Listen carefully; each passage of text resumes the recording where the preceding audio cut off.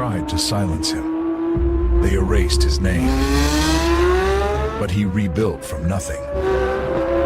He fought every algorithm. They tried again and failed. Now he's back, stronger. From blackout to spotlight, he's at the White House, at the top of his game. Franchi lives. You are about to enter another dimension, the dimension of truth, unfiltered and uncensored. Welcome to the Raw Feed with Gary Franchi. Welcome to the Raw Feed. I'm Gary Franchi, coming to you live from the heart of America. Unfiltered truth to millions on YouTube. Hit those donation links below. Every contribution powers our gear. Every contribution keeps the party going. Help me help you. Hit those donation links. YouTube channel memberships. Special acknowledgement in the fellowship. Your super chats keep me standing. Your Rumble rants fuel every round. Say hello to super chats. Spread the intel. Every repost extends our reach. Super chats fuel this spectacle. Your Rumble rants give me strength. 24/7 members-only community, behind-the-scenes discussions. Connect with fellow patriots. My mama always said, life is like sharing the truth. Text this stream to your friends. What if I told you the app is real? Download the Next News Network app. Android users, take the Google Play path. iPhone users, App Store awaits.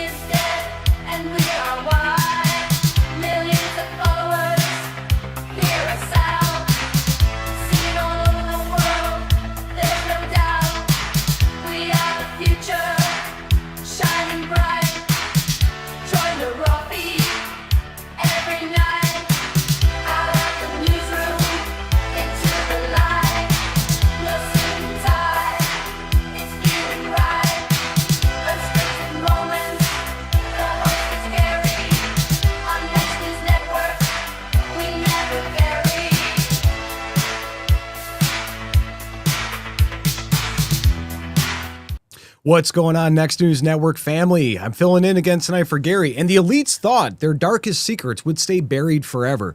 But Trump's Justice Department just dropped a bombshell that's going to shake the establishment to its core. My name is Tom McCullough. I am filling in for Gary Franchi as he is on assignment in Canada, and this is the Raw Feed.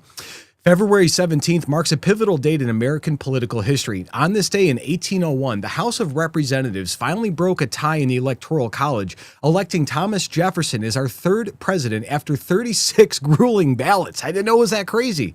And Jefferson's victory represented a peaceful transfer of power between opposing parties for the first time in our young republic's history. And again, we are not a democracy. We are a constitutional republic, and we try to say that every time. Today, we're witnessing another transfer of power as Trump continues dismantling the deep state apparatus that's been strangling our constitutional freedoms for decades. And while Jefferson fought against the Federalist establishment of his era, Trump's battling an entirely different beast. The corruption runs deeper than most Americans have ever imagined, and what we're uncovering goes beyond simple political gamesmanship. We're talking about systematic manipulation of human consciousness orchestrated by the same people who've been pulling strings behind closed doors for years, like decades. Tonight, we're diving headfirst into revelations that will make your blood run cold. The Epstein files aren't just about what you think they're about. Hidden within those 3.5 million pages are discussions about hijacking human nervous system, treating American citizens like lab rats in some twisted scientific experiment. A major hotel chain executive just resigned after these documents surfaced, and this is only the beginning. The establishment is panicking because they know what's coming next. But while the deep state scrambles to contain the damage, President Trump is showing the world what real leadership looks like. His newly formed Board of Peace is making moves that would have been impossible under the previous administration. We're talking about $5 billion package that could reshape Middle Eastern diplomacy forever. Hungary is playing a crucial role from day one, and Secretary Rubio is highlighting exactly why this approach is already yielding results.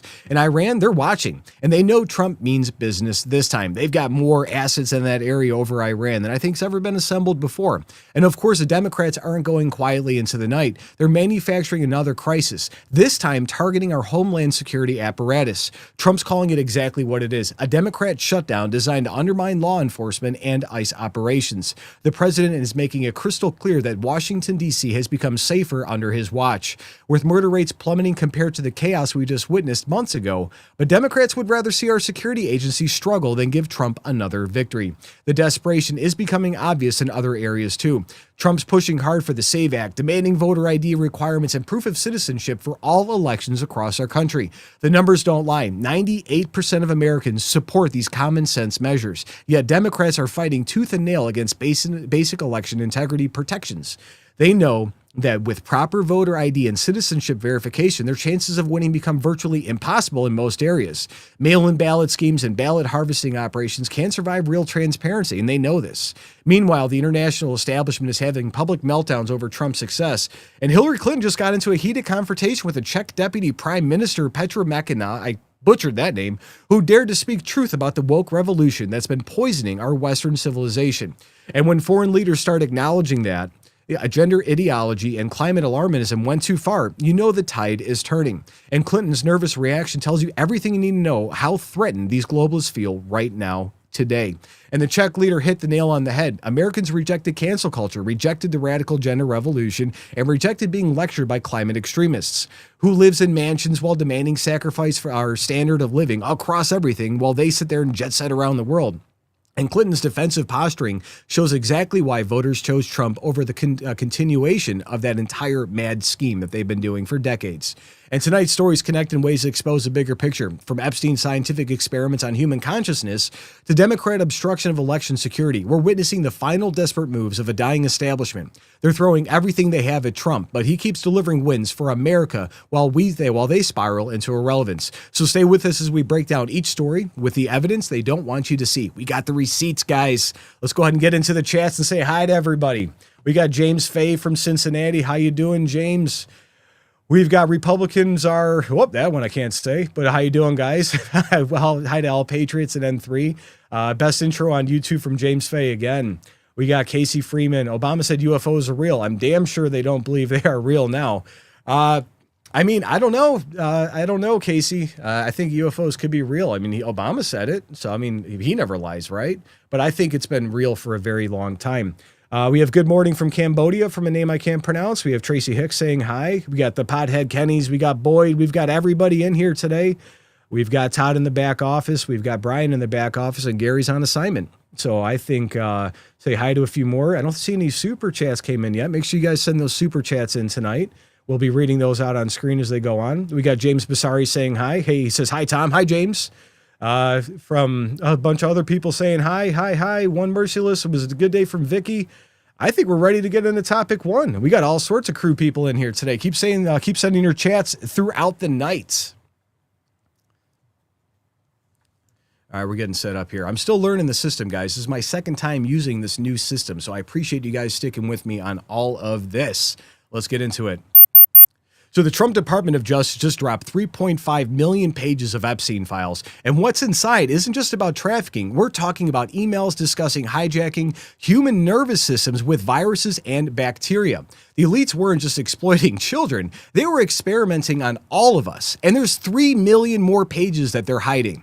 So this goes way beyond what we thought we knew about the Epstein's Island. These files reveal a systemic approach to biological manipulation, turning human beings into test subjects for the wealthy's elite twisted experiments. And if you've read these files, you guys know how bad they are. We're going to keep going. They literally discussing how to infect us, make us sick, and profit from our suffering. Meanwhile, establishment politicians like Jamie Raskin are admitting the Department of Justice have been in full cover-up mode for months, trying to bury this evidence. And the billionaire hotel chair who just resigned? That's panic, folks. They know what's coming next. This isn't just about one, a kid-attracted person. This is about an entire network of powerful people treating Americans like lab rats. And speaking of protecting yourself when the powerful are plotting against you, something's brewing with these Epstein revelations. You guys, you can feel it. The problem, you never know the full story until after the crash, after the collapse, and after it's too late. These files show elites planning biological experiments on regular Americans while they protect their own wealth. But here's a brutal truth. You can't protect yourself financially after the system collapses. You have to be ready now. All this uncertainty, the chaos, the warning signs about economic manipulation, it's all connected. That's why I trust Noble Gold Investments. While the elites play their sick games, Noble Gold helps Americans protect their wealth with precious metals. And don't wait for the next revelation to destroy your savings. Call Noble Gold today, because when the whole system is rigged, gold, it's real. But here's where it gets even more disturbing. The files show coded language about pizza and grape soda, confirming that Pizzagate wasn't the crazy conspiracy theory the media claimed. And Jamie Raskin just admitted on camera that the Department of Justice is still withholding another 3 million documents. That's like 7 million in total. So what are they so desperate to hide? The resignation of that billionaire hotel executive isn't coincidence. It's complete damage control. I'm going to get into this, guys. I want to get into it here. So we have we have from Tim Burchett saying, why was Ghislaine Maxwell at your daughter's wedding to Hillary Clinton? The cards are starting to stack up against the Clintons, and she was on there how many times saying they didn't know anybody. Let's see what she had to say. Do you regret the links that there have been? We have no links. Oh, wrong button. Do you regret the links that there have been? We have no links. We have a very clear record that we've been willing to talk about, which my husband has said. He took some rides on the airplane for his charitable work. I don't recall ever meeting him. Did you ever meet him? I did on a few occasions, and thousands of people go to the Clinton Global Initiative. So it to me is not something that is really at the heart of what this matter is about. They are accused, and in both cases were convicted of horrific crimes against girls and women. That should be the focus. And we are more than happy to say what we know, which is very limited and totally unrelated to their behavior or their crimes. And we want to do it in public because let's make this transparent. There are calls for another individual who denies wrongdoing to go before Congress on this matter. Andrew Mountbatten Windsor, formerly Prince Andrew. Do you think he should testify? I think everybody should testify. Look, then why did you dodge Congress? Everybody should testify who is asked to testify. I just want it to be fair. I want everybody treated the same meaning way. she wants to stack the deck so nobody knows what's happening. Because other witnesses were asked to testify. They gave written statements under oath. We offered that. They want to pull us. Why did they want to pull us into this?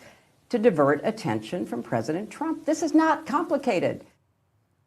Oh, these guys are so full of it. So full of it. She doesn't want to go in front of Congress because she doesn't know what they're going to ask about. And then she's under oath with Congress. And if she refuses or even pleads the fifth, that's enough. They know that there's bodies and where they're hidden at. These people, that's what the Clintons don't get right now. They know that we know where everything is. And you have Hillary Clinton coming out saying that she's supporting the deportation efforts of Trump. It's amazing how quickly Obama and all these people are starting to flip now that these documents are out there.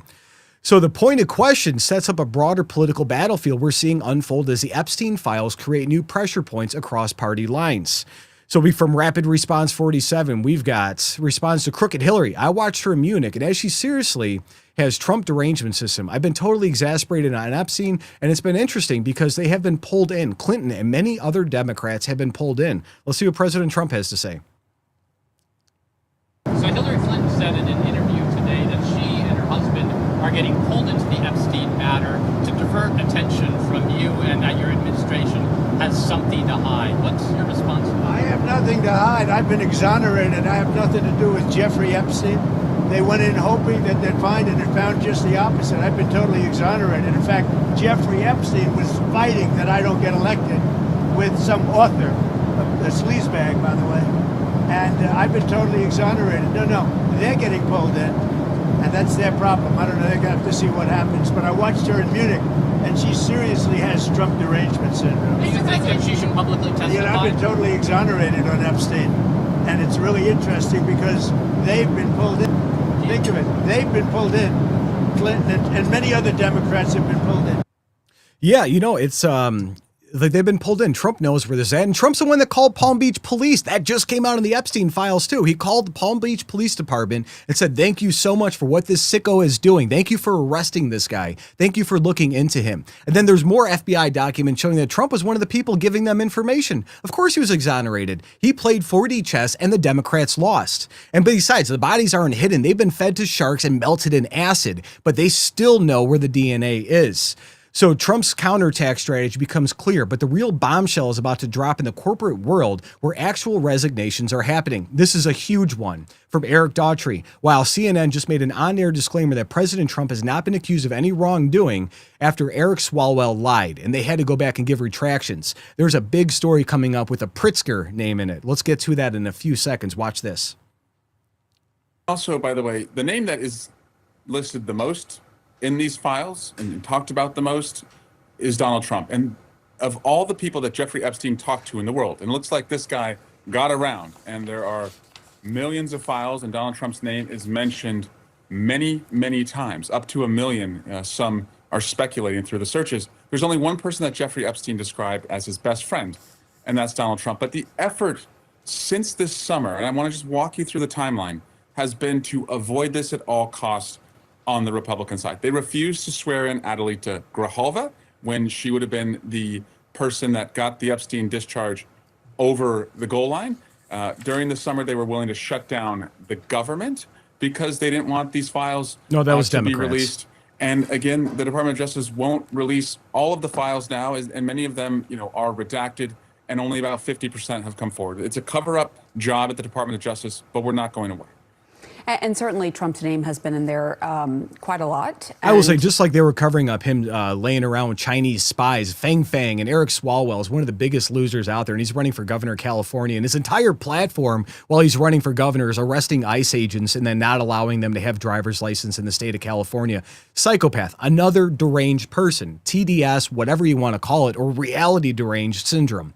So CNN's damage control reveals how seriously media outlets are taking potential legal exposure, just as we're seeing the first major executive casualty. And CNN, after Swalwell accused Trump of being in that, they had to come back on air and give a full disclosure saying that Trump appeared in the documents and there's no implications of any kind of criminality.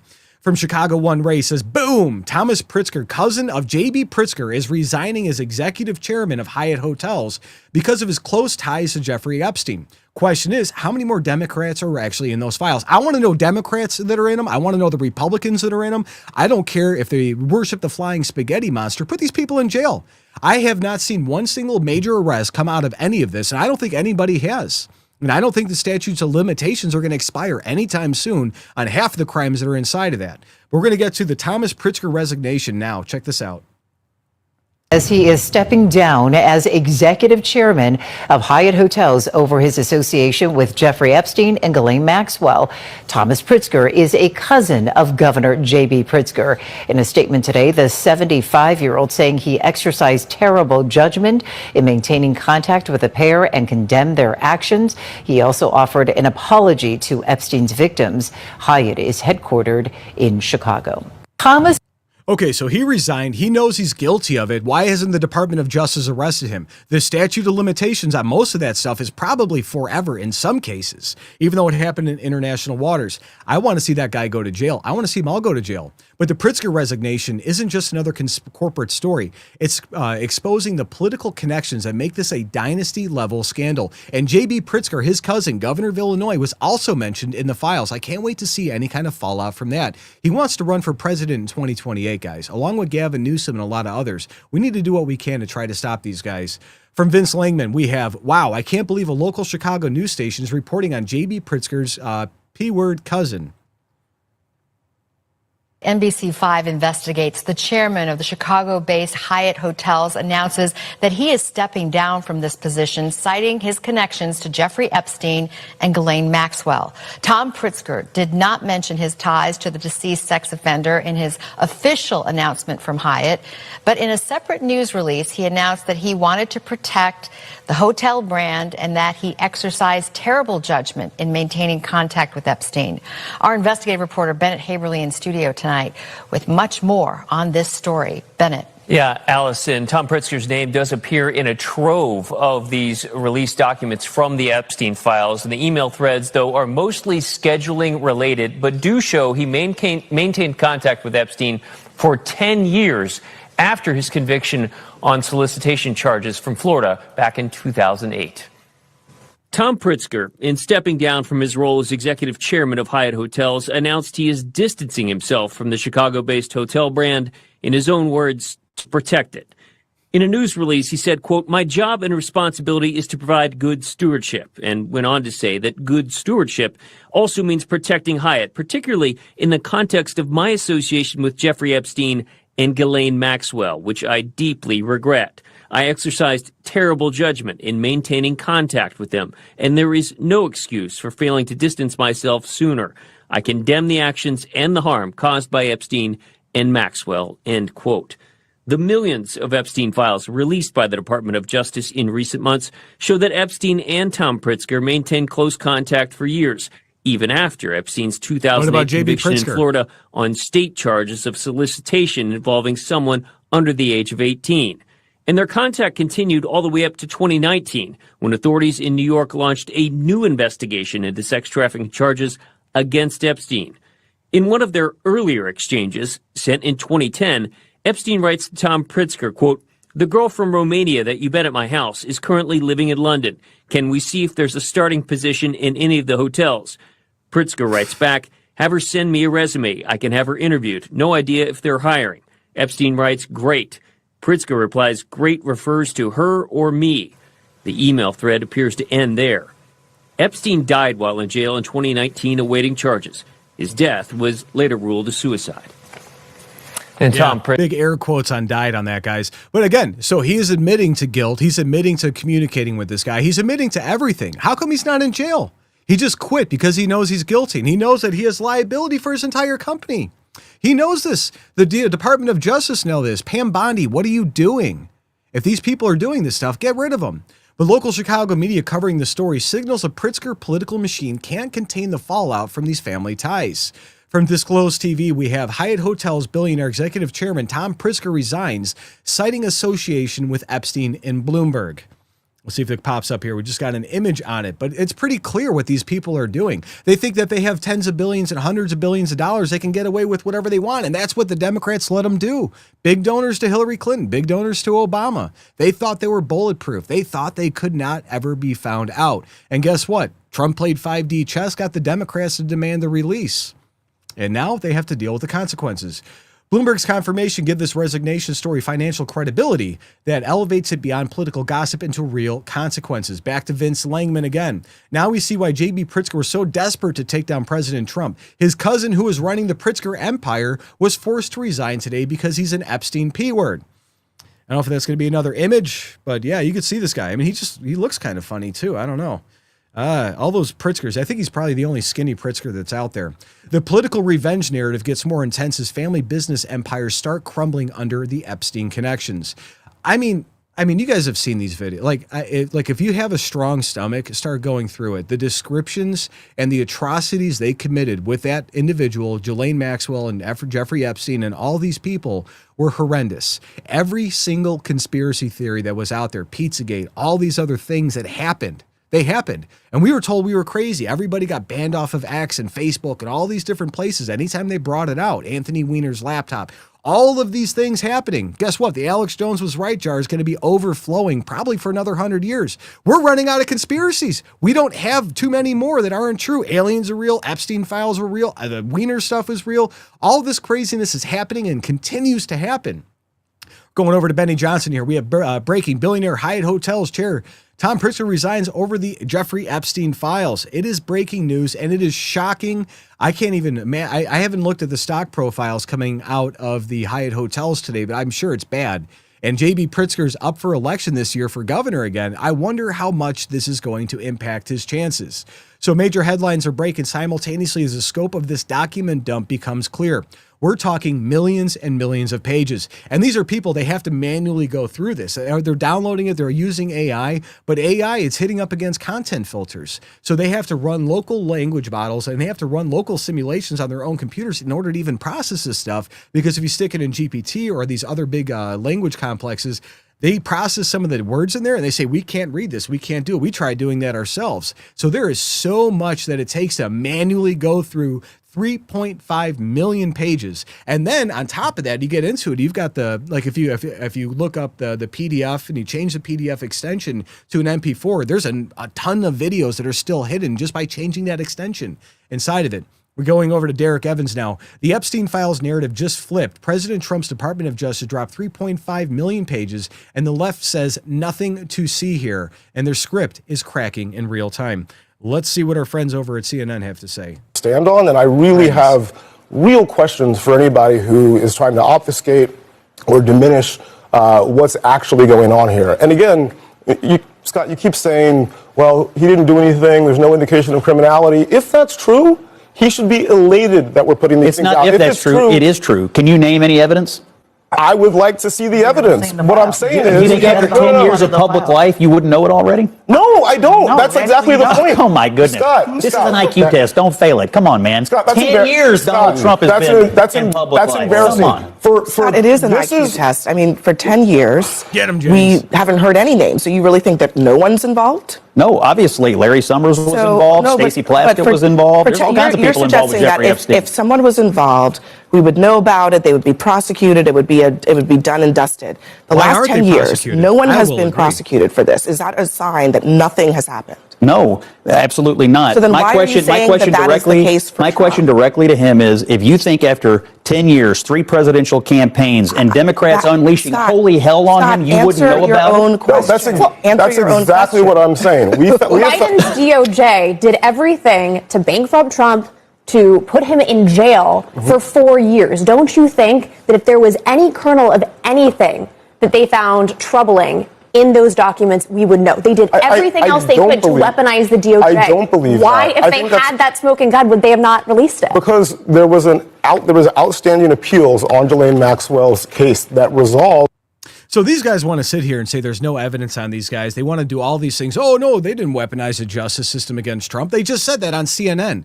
They were celebrating that they raided Mar-a-Lago and went through Melania's underwear drawer. They were celebrating this. They were cheering for this. They were cheering when Trump's attorneys got arrested. And right now they're trying to say, oh, do you think there's nothing to it? Well, if there's anything to any of these Democrats that are in the files, they would have been arrested. Well, they should be arrested. And I want to know why they're not arrested. Next time we're at the White House, we're going to ask. The documents release strategy is creating a media frenzy, but Congress is revealing there's much more evidence being withheld. Yeah, another 3 million pages. Do your job, Pam Bondi. Let's get it out. Congress demanded a full release of everything. So let's get into it. From Lord Bebo, he says, more Epstein files. Raskin on the Epstein files. About half of all documents have not been released yet. The Department of Justice has been in cover-up mode for many months and has been trying to sweep the entire thing under the rug. And they've been under... They have done all sorts of stuff for the last 10 years or 20 years trying to cover all this stuff up anyways on every single level. Sorry, Gary's in Canada. He's trying to log in on the app right now, guys. My apologies for it. So let's get into the clip. Well, I don't, here's the thing. The Department of Justice is under orders from Congress to release the entire Epstein file. They released 3.5 million documents, and they've withheld 3 million documents. So about half of all the documents have not been released yet. Of the 3.5 million documents that have been released, I probably had the opportunity to review maybe 30 or 40 of them. Okay, so this is going to be an extremely time-consuming and painstaking process. The Attorney General and the Department of Justice have said that this process was something that was completed by them back in July. These materials could have been released long ago, but they're just being released now. And if every member of Congress who voted for the discharge petition, if all 217 of us spent every waking hour over at the Department of Justice, it would still take us months to get through all of those documents. And there are only 4 computers now, so they would certainly need to get a couple hundred more computers for all of the members. But the point is that there is no way before Attorney General Bondi arrives on Wednesday that we're going to have the opportunity to go through every redaction in order to ask thorough questions. You think that's the connection, that they held up releasing this so that everybody wouldn't be as thoroughly prepared for her testimony Wednesday? No, I think that the Department of Justice has been in a cover-up mode for many months. And years. Has been trying to sweep the entire thing administrations under the rug. And the more deeply that I get into it, because obviously our colleagues on the Oversight Committee have taken the lead, but judiciary plays a very important role because we oversee the Department of Justice. But the more that I've gotten into it, the more I believe that the survivors here, the victims who are now active citizens for justice, really are leading the way. And we need to be having hearings with the survivors to hear from them about their experiences so they can explain what happened and so they can begin to set forth a theory of what took place. We need to be investigating the money. We need to be investigating the organizational hierarchy. There's no way you run $1 billion international child sex trafficking ring with just 2 people committing crimes, Jeffrey Epstein and Ghislaine Maxwell. No way. It doesn't work like that. So where was the intensity from Raskin and all the other Democrats when when Biden was in office, or when Obama was in office too, because Obama knew they charged him originally back when it was Obama's term. Where was this intensity? And they knew back then that there was a majority Democrats who were going to be implicated in this, and probably some Republicans and independents, whatever else too. Let's get into it. Let's be honest. But where was this intensity from Jamie Raskin and all these other people? They're giving false platitudes right now because they know if they don't have the accelerant in front of them and they don't make these statements, they know they're cooked. But Trump, he's right over it. So let's see what it has to say. The DOJ cover-up allegation leads us into even darker territories as files reveal connections to broader conspiracy networks. But again, they've known these for 20 years. How come this isn't happening? For 10 years at least. From the Tucker Carlson Network, the DOJ's latest batch of Epstein files reveal Pizzagate isn't the crazy conspiracy theory the mainstream wanted us to believe it was. Let's see what he has to say.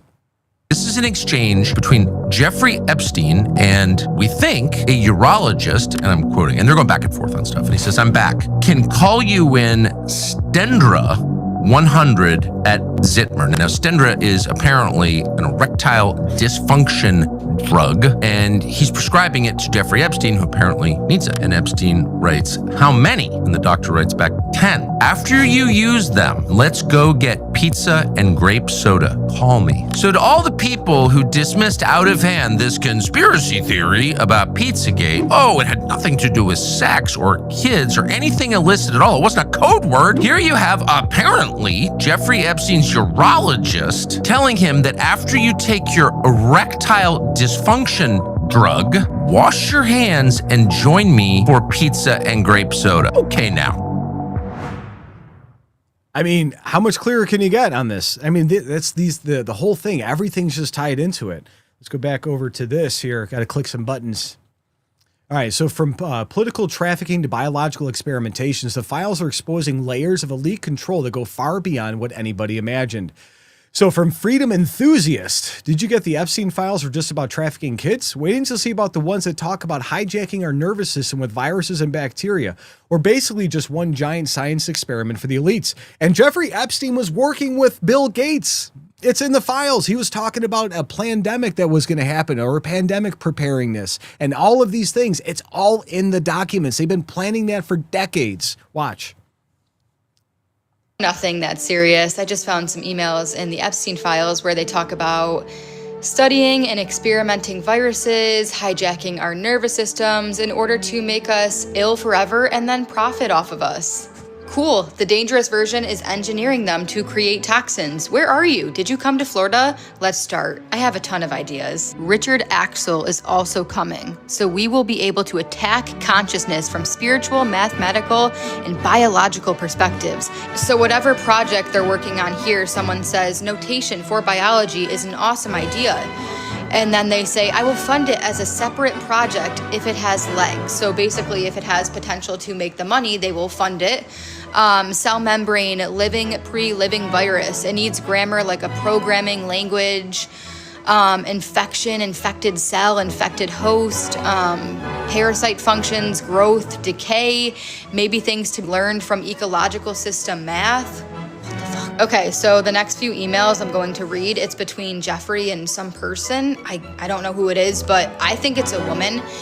And this person is really curious about wanting to know more about the vagus nerve. And obviously to like hijack our nervous systems, like if they're studying viruses and our nervous system, and when we have a virus and that virus is feeding on foods in our bodies and it's eliminating waste, it's called a neurotoxin, it releases.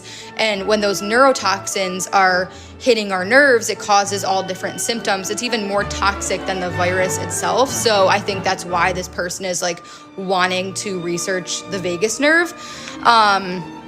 But they say, yup, it is just the beginning. The vagus is the interface for the nervous-immune system, but so much more, lots to do. Just checking to say hi, help me think about how to test idea of vagus as storage area and passageway for pathogens. I just realized an even more compelling connection for Parkinson's too. Found some really amazing people. They all think about the role of bacteria invading. Vagus will end up being key since it's the only link between enteric and central nervous systems. No one is looking at viral stuff in Vegas, which is where I think the big news will be. And right in plain fucking sight, man, they're talking about these fucking illnesses and talking about what's actually causing them. Viruses, bacteria, they say ALS, it's like a bug entering through the enterics and goes to spine rather than the brain. You look up ALS on Google, I have my computer right here. Cause is not known. Environmental, genetic, and medical medium has been saying this forever. And then they go off and propose their ideas, right? Paul Greengard thinks my ideas about the vagus are pretty cool. And he says that I should come to NYC and work in his lab, and he will help me figure it out, or at least get started. He says he wants in early on so that he can win his second Nobel. If I can figure out the finances, etc., I will see about starting a part-time posting at Rockefeller. Oh, there you go, baby. XOXO, peace and love. I mean, with the stuff they're spraying in the skies and all these other things, it's just a matter of time before all these conspiracy theories, again, are waged out. I mean, they want to sit there and attack your vagus nerve. I have a vagus nerve impingement, so my voice gets raspy. I had a bad surgery. It's the same thing. That controls everything. It wraps around your heart, your stomach. A lot of things go into that. And then when you have parasites and other things in your body, they release toxins, and your body like reacts to that. So these guys know all of this is in there. They know what this is happening. They know how all of this is set up. It's not the end of it. It's these people and what they're doing and what they know and how long they've been spending money and doing this in there. I wonder if Fauci's involved with these emails too. I mean, you have to look at these things. You have to think about it. All these people played in the same pool. All these people were on the same calls, the same email chains. They were planning this for a long time. And they called us conspiracy theorists for years. They said we were crazy for connecting the dots between the elite networks and biological experimentation. Well, now we have the emails. We have the proof. Jeffrey Epstein wasn't running a blackmail operation. He was facilitating scientific experiments on humanity itself, like the Japanese did during World War II. Except now it was funded by billionaires who saw us as nothing more than test subjects. Look at St. Louis. Look at what they did to all these other people. But the Trump Department of Justice releasing these files is exactly what America needed. Finally, we're getting the answers about the sick relationships between wealth, power, and human experimentation. But with 3 million pages still hidden, this is just the beginning. We need all of them released. We need everything. And anybody that's in it that's doing something wrong needs to be arrested. The establishment's panic is real, and billionaires are resigning. The Department of Justice is scrambling, and the truth is coming out whether they like it or not. Congress has ordered it. And President Trump promised to drain the swamp. Let's do it. And these Epstein files are proof that the swamp runs deeper than anybody could have imagined, except maybe us, because we knew all of this was going on. So do you guys think the remaining 3 million pages will expose even bigger names in the elite experimentation network? Let me know in the comments your thoughts on that. And don't forget to check out the Next News merch shop to show your support for real journalism that is not afraid to tell the truth. God bless. All right, I think that was a little bit smoother, a little bit more fun than yesterday, guys. Brian's saying for me to pause a little bit. So we got Republicans are P word, me to the honey oil. It says, that's my recreational herb, right? We've got Jolt saying it's alien chupacabra. They want our goats. They've always wanted our goats, guys. They want the goats. They have. I think that's where they put it out. But you look at the Lone Star tick, right? So there was just this big thing that came out about the Lone Star tick. And 1 second here. Did I lose tracking, Bri? Give me 1 second, guys, here. We have camera tracking set up, and I need to make sure that it's still active. Yeah, it looks like it's popping in there. So it was a little off center. My apologies on that, folks. But yeah, so the Lone Star tick, they just did this whole thing on it where they want to put the Lone Star tick, if you don't know, it carries a virus or a bacteria or something that makes humans allergic to meat. And they just did something really big. It was a Davos speech talking about they want to give people the Lone Star tick across the world. So the majority of people inside the entire world are allergic to meat. So they don't have to give us a meat anymore because cow farts are ruining the world or something like that.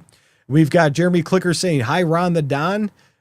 We've got Demon Gore saying, Tom, you're cooking. I'm trying not to swear because these guys make me so angry. And we've got all of these things that have been happening for decades that we knew this was going on. We talked yesterday about the aliens coming out and the 0 point energy and all of these things that they've been covering up. Let the people experience it. And if you know what, and for the Trump administration, because we're White House correspondents, if we have to arrest people and the markets are going to tank, let it happen. Just do it. Get it done. Have it happen, guys. We're tired of waiting. We're tired of waiting for this to happen.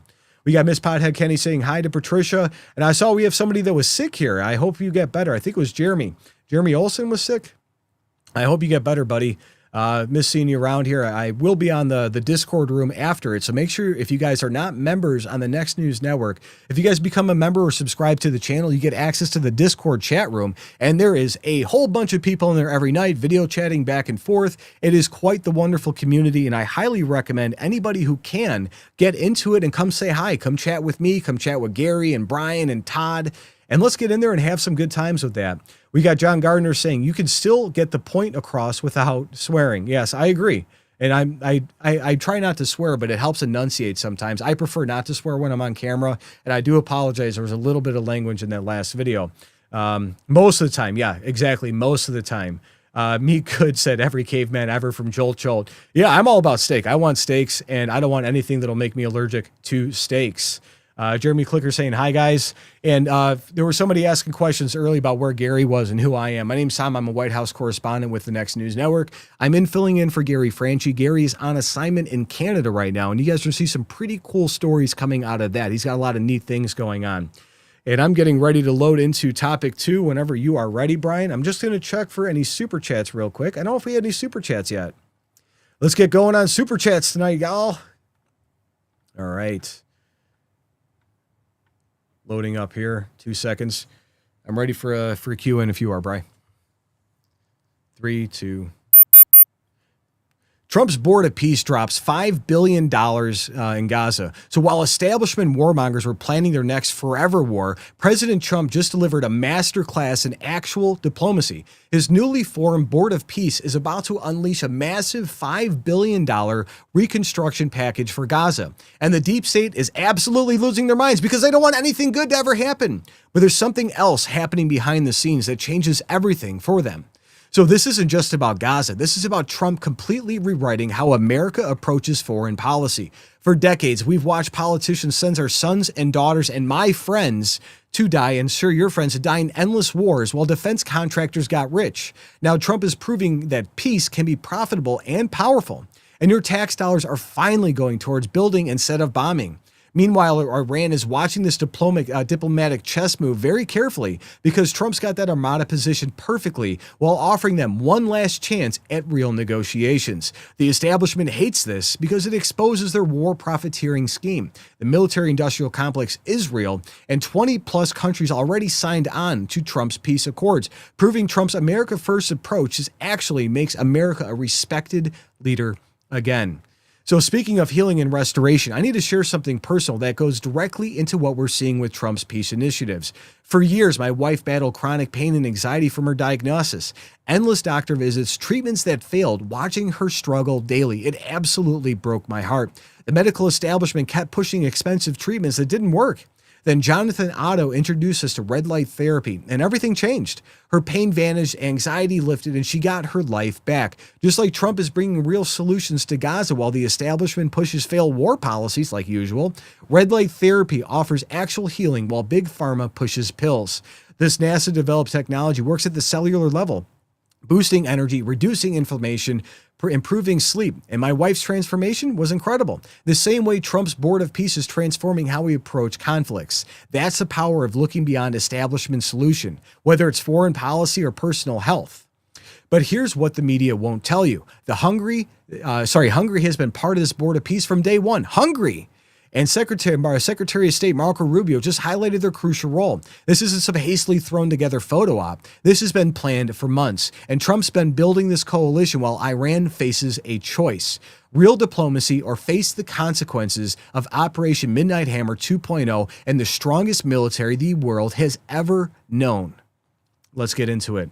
We've got a tweet coming in from Rapid Response 47. It says, at POTUS on Iran, I think they want the consequences of not making a deal. Let's check it out. What are you expecting from these Iran talks in Geneva tomorrow? So I'll be involved in those talks indirectly, and they'll be very important. We'll see what can happen. It's been typically, Iran's a very tough negotiator. They're good negotiators, or bad negotiators. I would say they're bad negotiators because we could have had a deal instead of sending the B-2s in to knock out their nuclear potential, and we had to send the B-2s. I hope they're going to be more reasonable.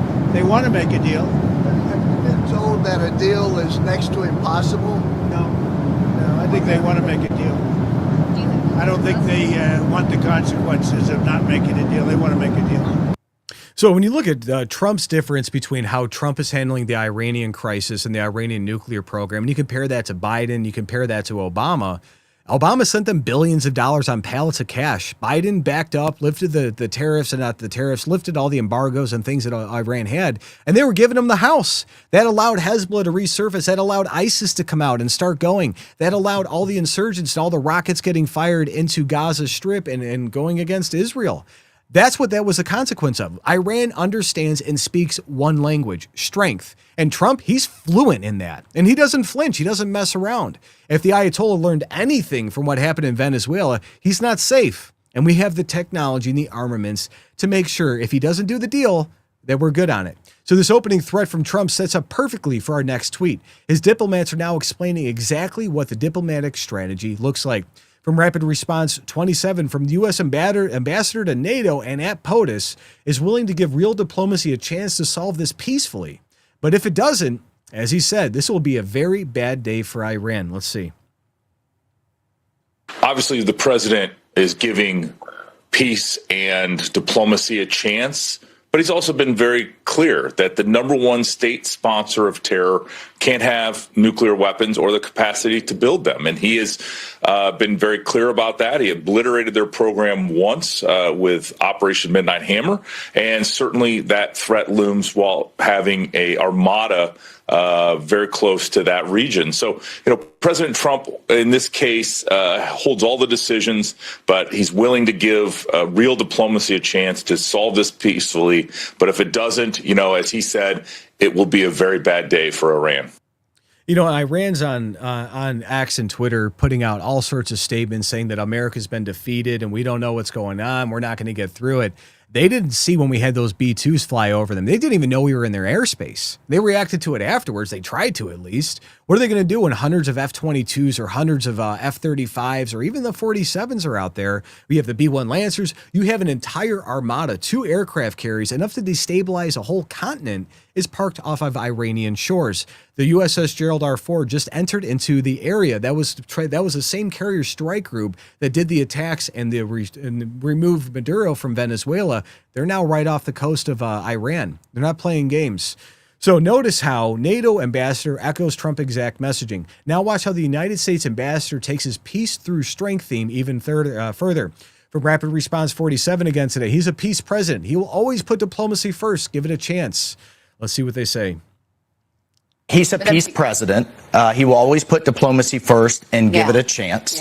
But it is backed by the very real stick of the United States military that we demonstrated to the world through Operation Midnight Hammer can be incredibly effective. So Iran has to give up its enrichment capability. It has to give up its already enriched, highly enriched uranium. There's no reason except for a weapon that it's enriched to that degree. Also, its support for terrorism and its long-range ballistic missiles. All of those things, we've been very clear, are on the table.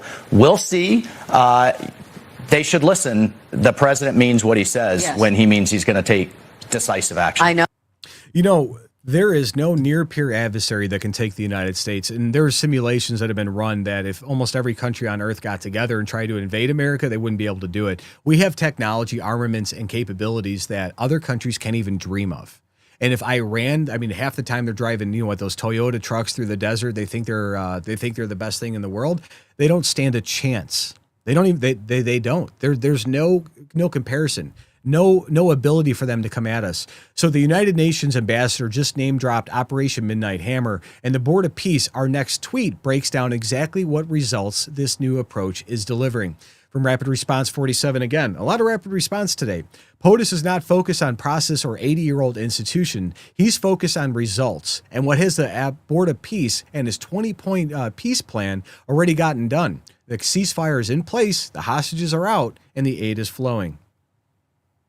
Well, you're hearing and seeing, I certainly did out in Munich, a lot of hand-wringing from the Europeans that the president's creating this alternative to the UN. I reminded them all that actually it was the UN Security Council that unanimously voted in the Board of Peace. 13-0, and I was proud to help shepherd that effort through. Look, the president's not focused on process or 80-year-old institutions. He's focused on results. And what has the Board of Peace and his 20-point peace plan already gotten done? The ceasefire is still in place. Shaky, but still in place. The hostages are out. The aid is flowing. We now have a technocratic committee of Palestinians to restore government services. We have a fund that international donors are contributing to, that $5 billion, and we have a stabilization force of international troops. 8,000 pledged so far, and more will be coming this week. So again, back to the kind of good parts of the UN, these countries need that stamp of international law in order to contribute their troops in their own domestic constituencies. So we're getting it back to basics, back to focused on peace and security, and stop trying to be everything to everybody with these ridiculous committees. Yeah, see, that's the problem. Like, the Trump administration hates the committees that never get anything done. Just like when you guys go to work and they have a meeting to discuss something, Trump administrations get crap done. That is their main focus. That's their primary goal, is to get things done, whatever it takes to secure peace around the world. 7 wars already stopped, And I think that's not even close to being done yet. So perfect setup here. The United Nations ambassador is bragging about Trump's results, and now we're getting pushback that reveals just how unprecedented this Board of Peace really is. From Aka, AKA, it says, Rick Crawford, the UN has potential. It's really kind of sad that President Trump has nobody to come up with this Board of Peace. Let's see. Tell me about Gaza. This Board of Peace is set to have, I think, $5 billion set aside. What's it going to do, and how do you explain that to the American people? $5 billion going into Gaza. Well, this is a masterclass in leadership, is what you're seeing here. And I'm going to go back to one of the comments that Secretary Rubio made at the Munich Security Conference, and that is that the UN had potential. The UN has been around since the 50s, post-World War II. So they should have realized their potential by now. It's really kind of sad that President Trump had to come up with this Board of Peace, but there's a reason he did it. Multiple reasons. One is he wanted to make sure that multiple countries were playing a role in the direction of Gaza, making sure that it was being taken care of. The other was, financially. These individual countries are contributing to that effort. So it's not just the United States unilaterally stepping in, trying to fix a problem, but it's building a coalition of support around an important problem that is going to be solved by many, many partners. And so I think it's a stroke of genius. And it's incredible that he even got Russia to sign on to the Board of Peace. Whether anybody agrees with that or not, it doesn't matter. If they're willing to talk and willing to come on the Board of Peace, it's incredible. There's open communications and dialogue. The Board of Peace is doing things that the United Nations couldn't do it because there isn't 400 agendas happening at the same time. They're not trying to push the alphabet soup mafia on us. These people are out there focused on one thing, making people safer, making them wealthier, and making the world a safer place. And they're getting it done. And again, Iran's not going to even know when we go at them. It's going to be silent. They won't even know it's happening until it happened. It's going to be silent, folks. And that is not, just wait. I hope to God they don't have to do it. But when it happens, they won't even know it's happening until it's already mostly done. And Crawford's criticism actually validates Trump's approach. And speaking of validation, our next source shows just how big the Board of Peace is getting internationally. And it is a big deal internationally. From the Epic Times, we have the Board of Peace members offer $5 billion for Gaza reconstruction.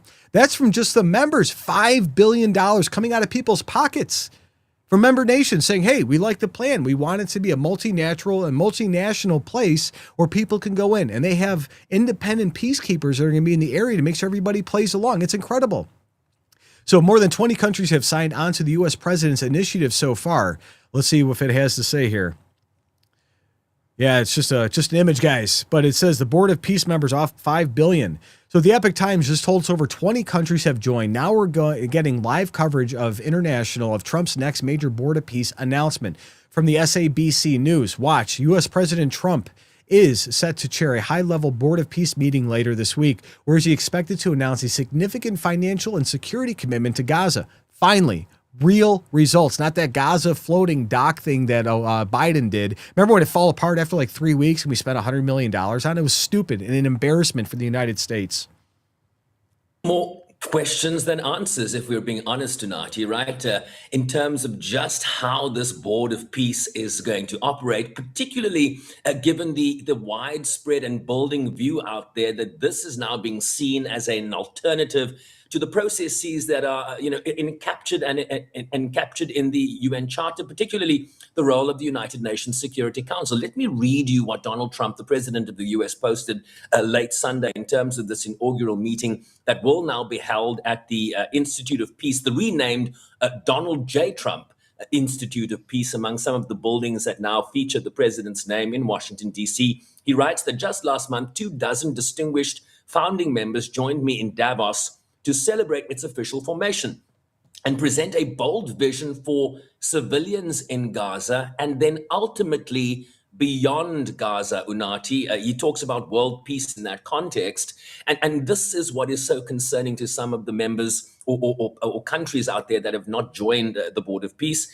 He writes that the Board of Peace will meet at the Donald J. Trump Institute of Peace in Washington on February 19th. Where they will announce $5 billion towards Gaza's reconstruction. So the question then becomes, in terms of the makeup of this board, there was an article in the charter that talked about member states that wanted to seek permanent status on the board, contributing some $1 billion to that process. So the question then becomes, if you're announcing $5 billion towards Gaza's humanitarian relief and reconstruction, are we talking about 5 countries now that have pledged $1 billion each to be permanent members of the board? Or where does this $5 billion come from?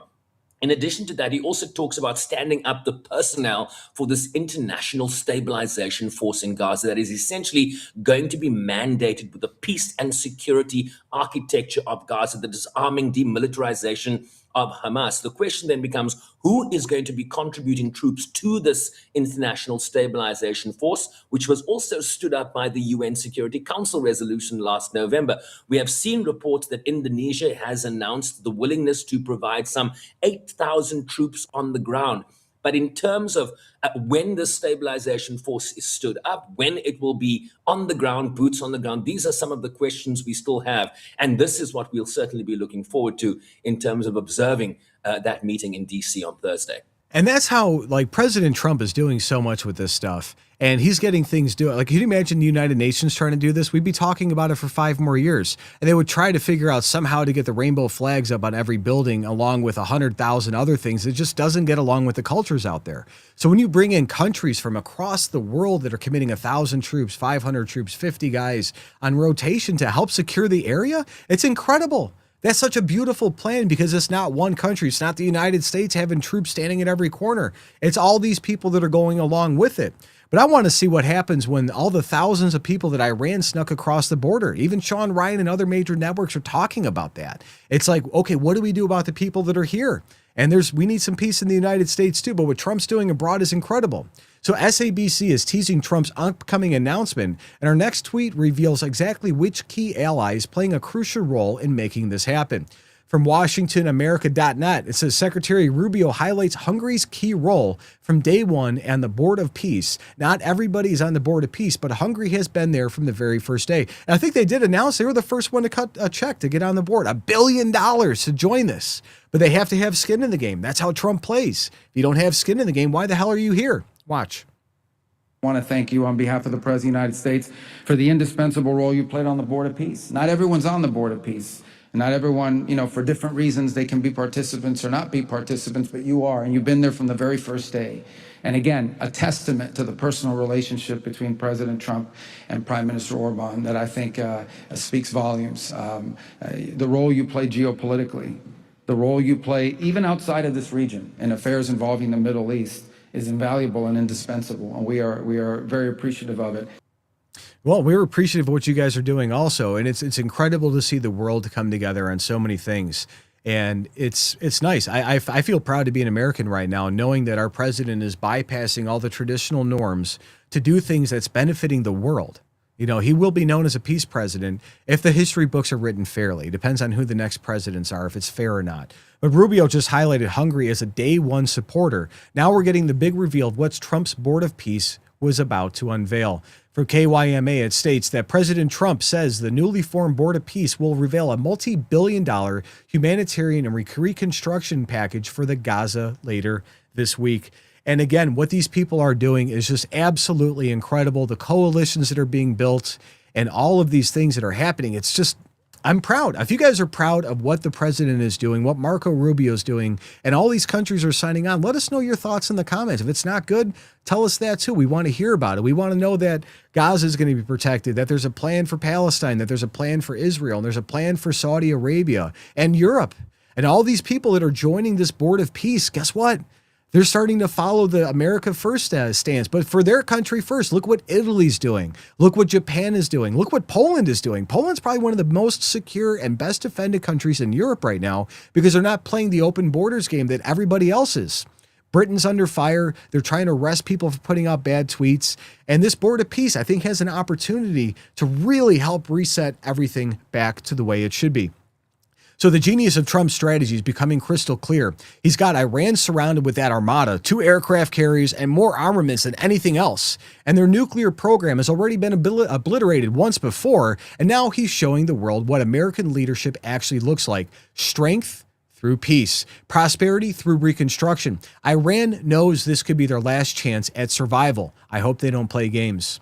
So this is exactly why we elected Trump, folks. This is why I voted for him. And if you voted for Trump for these reasons too, let us know in the comments. While career politicians play games, he's delivering real results that benefit everybody equally.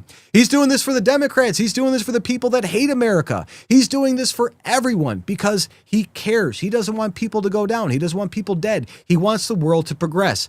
$5 billion of reconstruction instead of destruction. 20 countries choosing cooperation over conflict. Iran facing their moment of truth. The Board of Peace isn't just changing Gaza, it's changing how America leads the world. And I'm here for it. I voted for this. We're not the world police anymore, guys. We haven't been. We're the world's peacemakers, and that's how it should be. And that terrifies the establishment and the military-industrial complex. So tell me, do you believe Trump's Board of Peace will finally bring lasting stability to the Middle East? Let me know your thoughts on that in the comments. And while you're showing your support, check out the Next News merch shop to represent America First movement that's changing everything. God bless.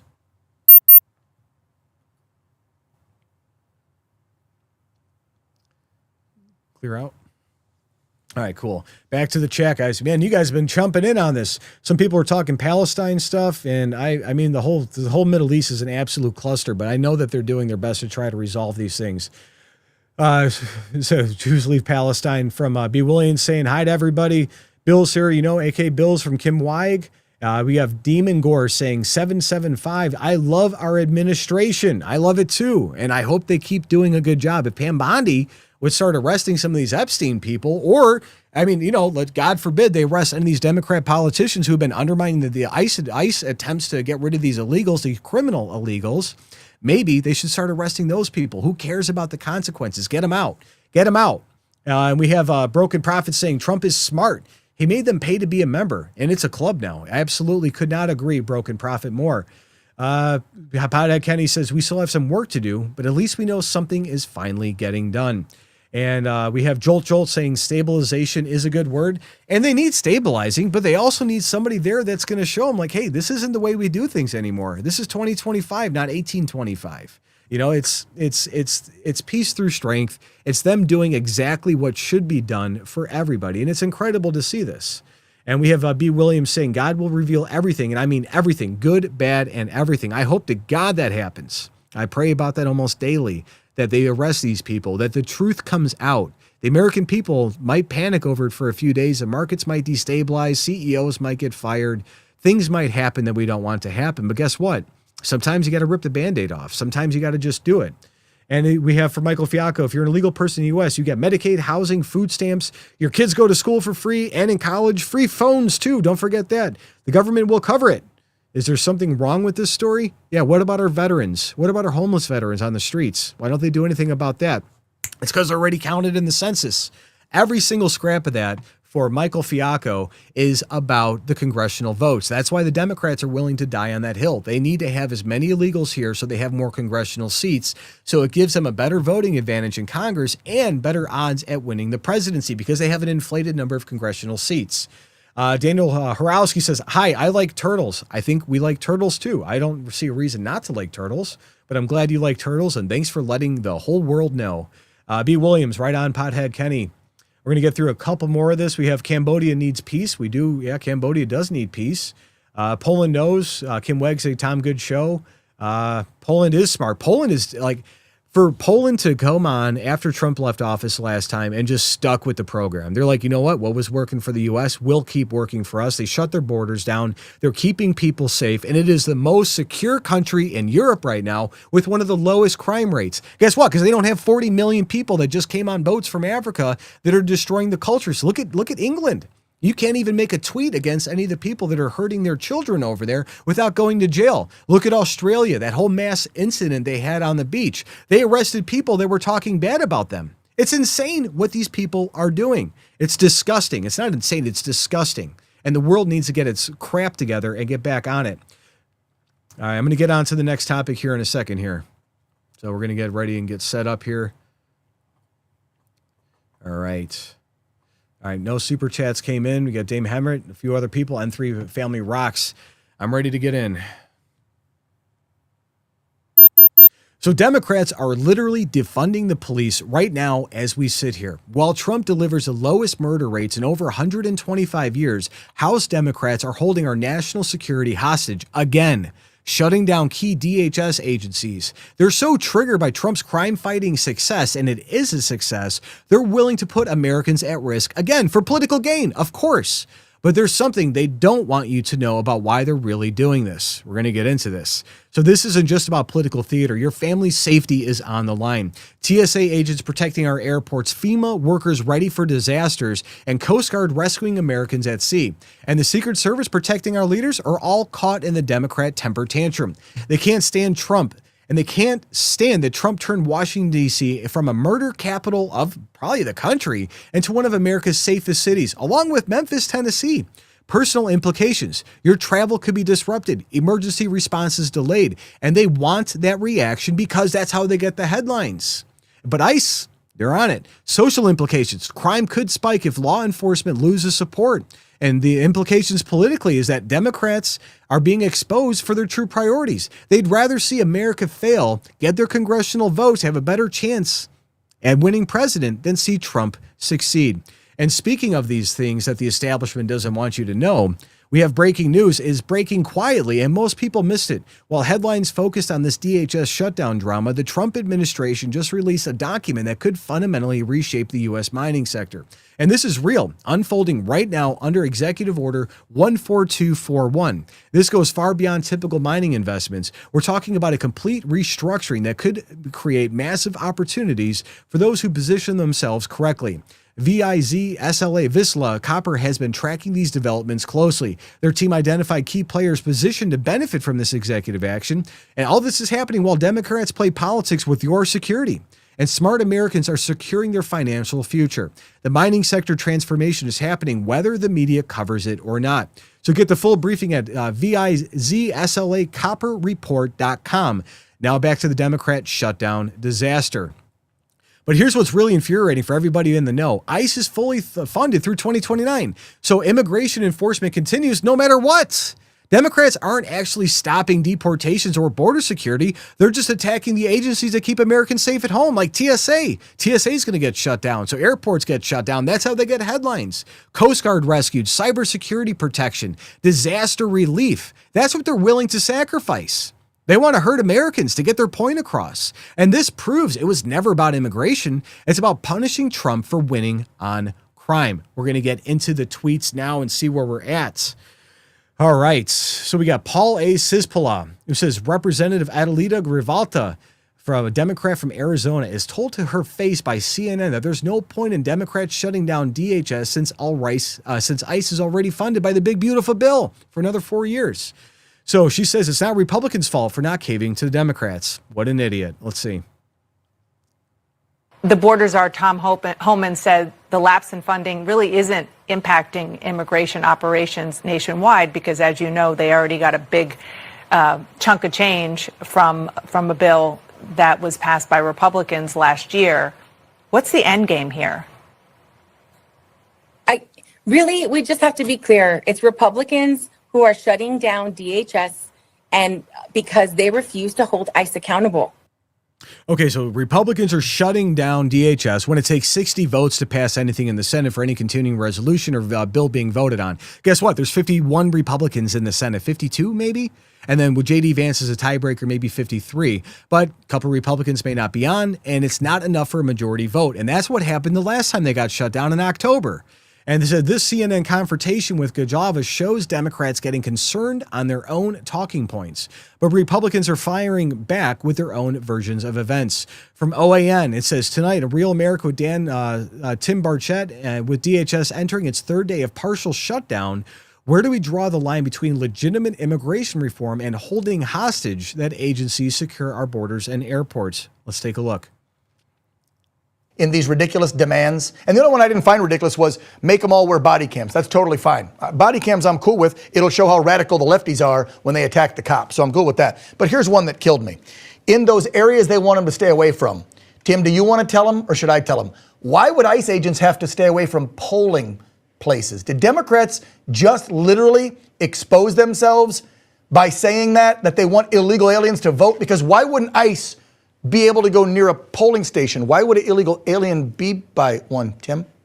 Yeah, as one of my tweets that I put out this week, it had over 800,000 views, Dan. One of the most, I was talking to my campaign manager, Thomas McAfee, of just a few minutes ago about it, just how crazy that was, the irony of that.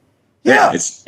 It's unbelievable. And to think that this female U.S. senator said that, I can't believe that ICE is going to be at polling places of all places. You know, that will have a chilling effect. Well, I hope it does. I hope the illegals aren't going to vote. Why would they? They're not supposed to be there. So why would you put that on the list, Chucky? Because you know what's happening. Illegals are voting, and you just told the American people that by saying you don't want ICE there. Anyway, let me get off that bandwagon. I just had to keep hammering that because that just blows my friggin' mind. I don't know why this woman is rearing her ugly head again and her pantsuits, but Hillary Clinton, I guess over the weekend, decided to chime in on ICE immigration, and I know everybody loves to hear from her, so roll it. I think we need to call it for what it is. Secretary There is a Clinton. legitimate reason to have a debate about things like migration. It went too far. It's been disruptive and destabilizing, and it needs to be fixed in a humane way with secure borders that don't torture and kill people. We've been saying this since 2012. Really? Who's torturing and killing people, number one? Number two, Tim, would you like to tell her who caused it to become violent? It was fine the first few months last year until somebody started paying all these paid agitators to make it violent, Tim. 100%. Under the Biden administration, how many millions did we have come over? How many hundreds of thousands of children are missing right now? We found, I think, 300,000. Holman said the other day they found about 170,000. God bless them for that.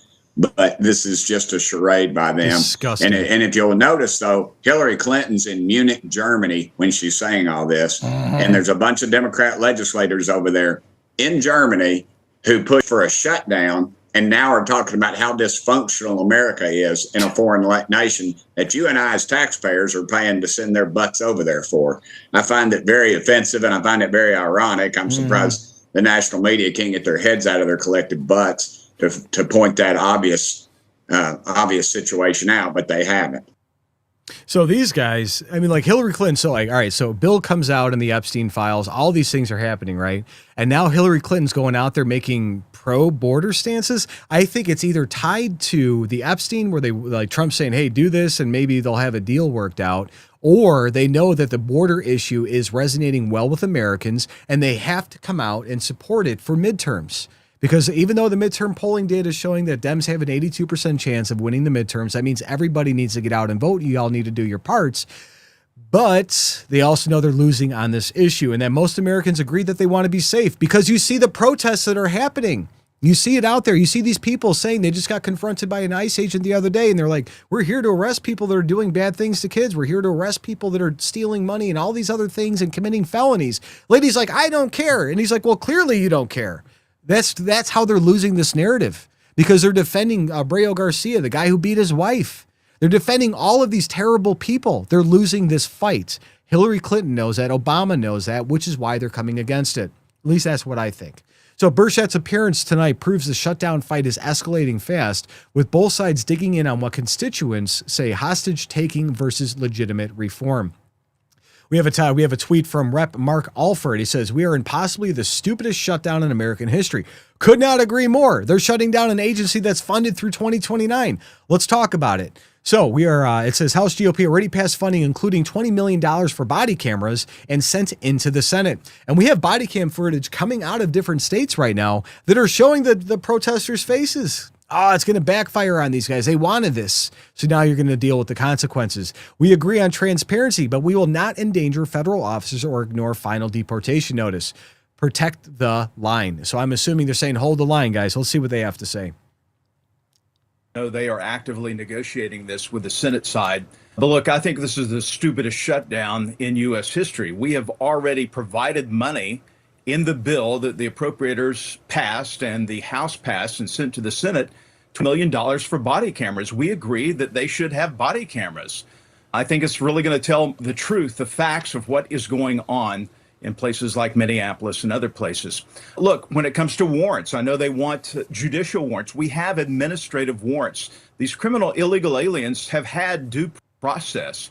Final orders of deportation have been set by judges, and they need to go back to their home countries. As far as removing masks, we are not going to jeopardize the safety of federal officers. There's a reason they're wearing masks, to protect their identity so they're not doxxed, their families aren't stalked, and they can go home safely at night. And I was waiting for CNN to say that that doesn't happen. But if you look at when they were ripping out the backs of the FBI or the FBI and the DHS cars in Minneapolis a couple of weeks ago, they went through it and found names, phone numbers, addresses. They used that list. They took pictures of it. They sent it online, and they were going after the agents' families. That's what they do. That's why they wear masks. Not because they want to. It's because they have to, because the left is so deranged that if I'm an ICE agent, they're going to go after my children. They're going to find out what school they're at. They're going to harass my house. Of course I have to protect them. Of course they do.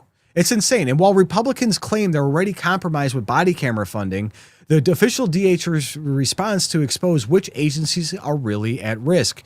We have a tweet from Homeland Security. It says, the ongoing shutdown is holding the safety and national security of the American people hostage.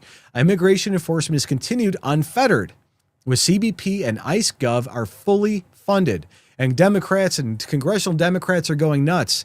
They want to do things that are going to hurt you at the airport. They want to do things that are going to inconvenience you. They want FEMA to not go out and respond. They want the Coast Guard not to do rescues because that's going to give CNN the talking points that they need to slam the president. Let's see what they say.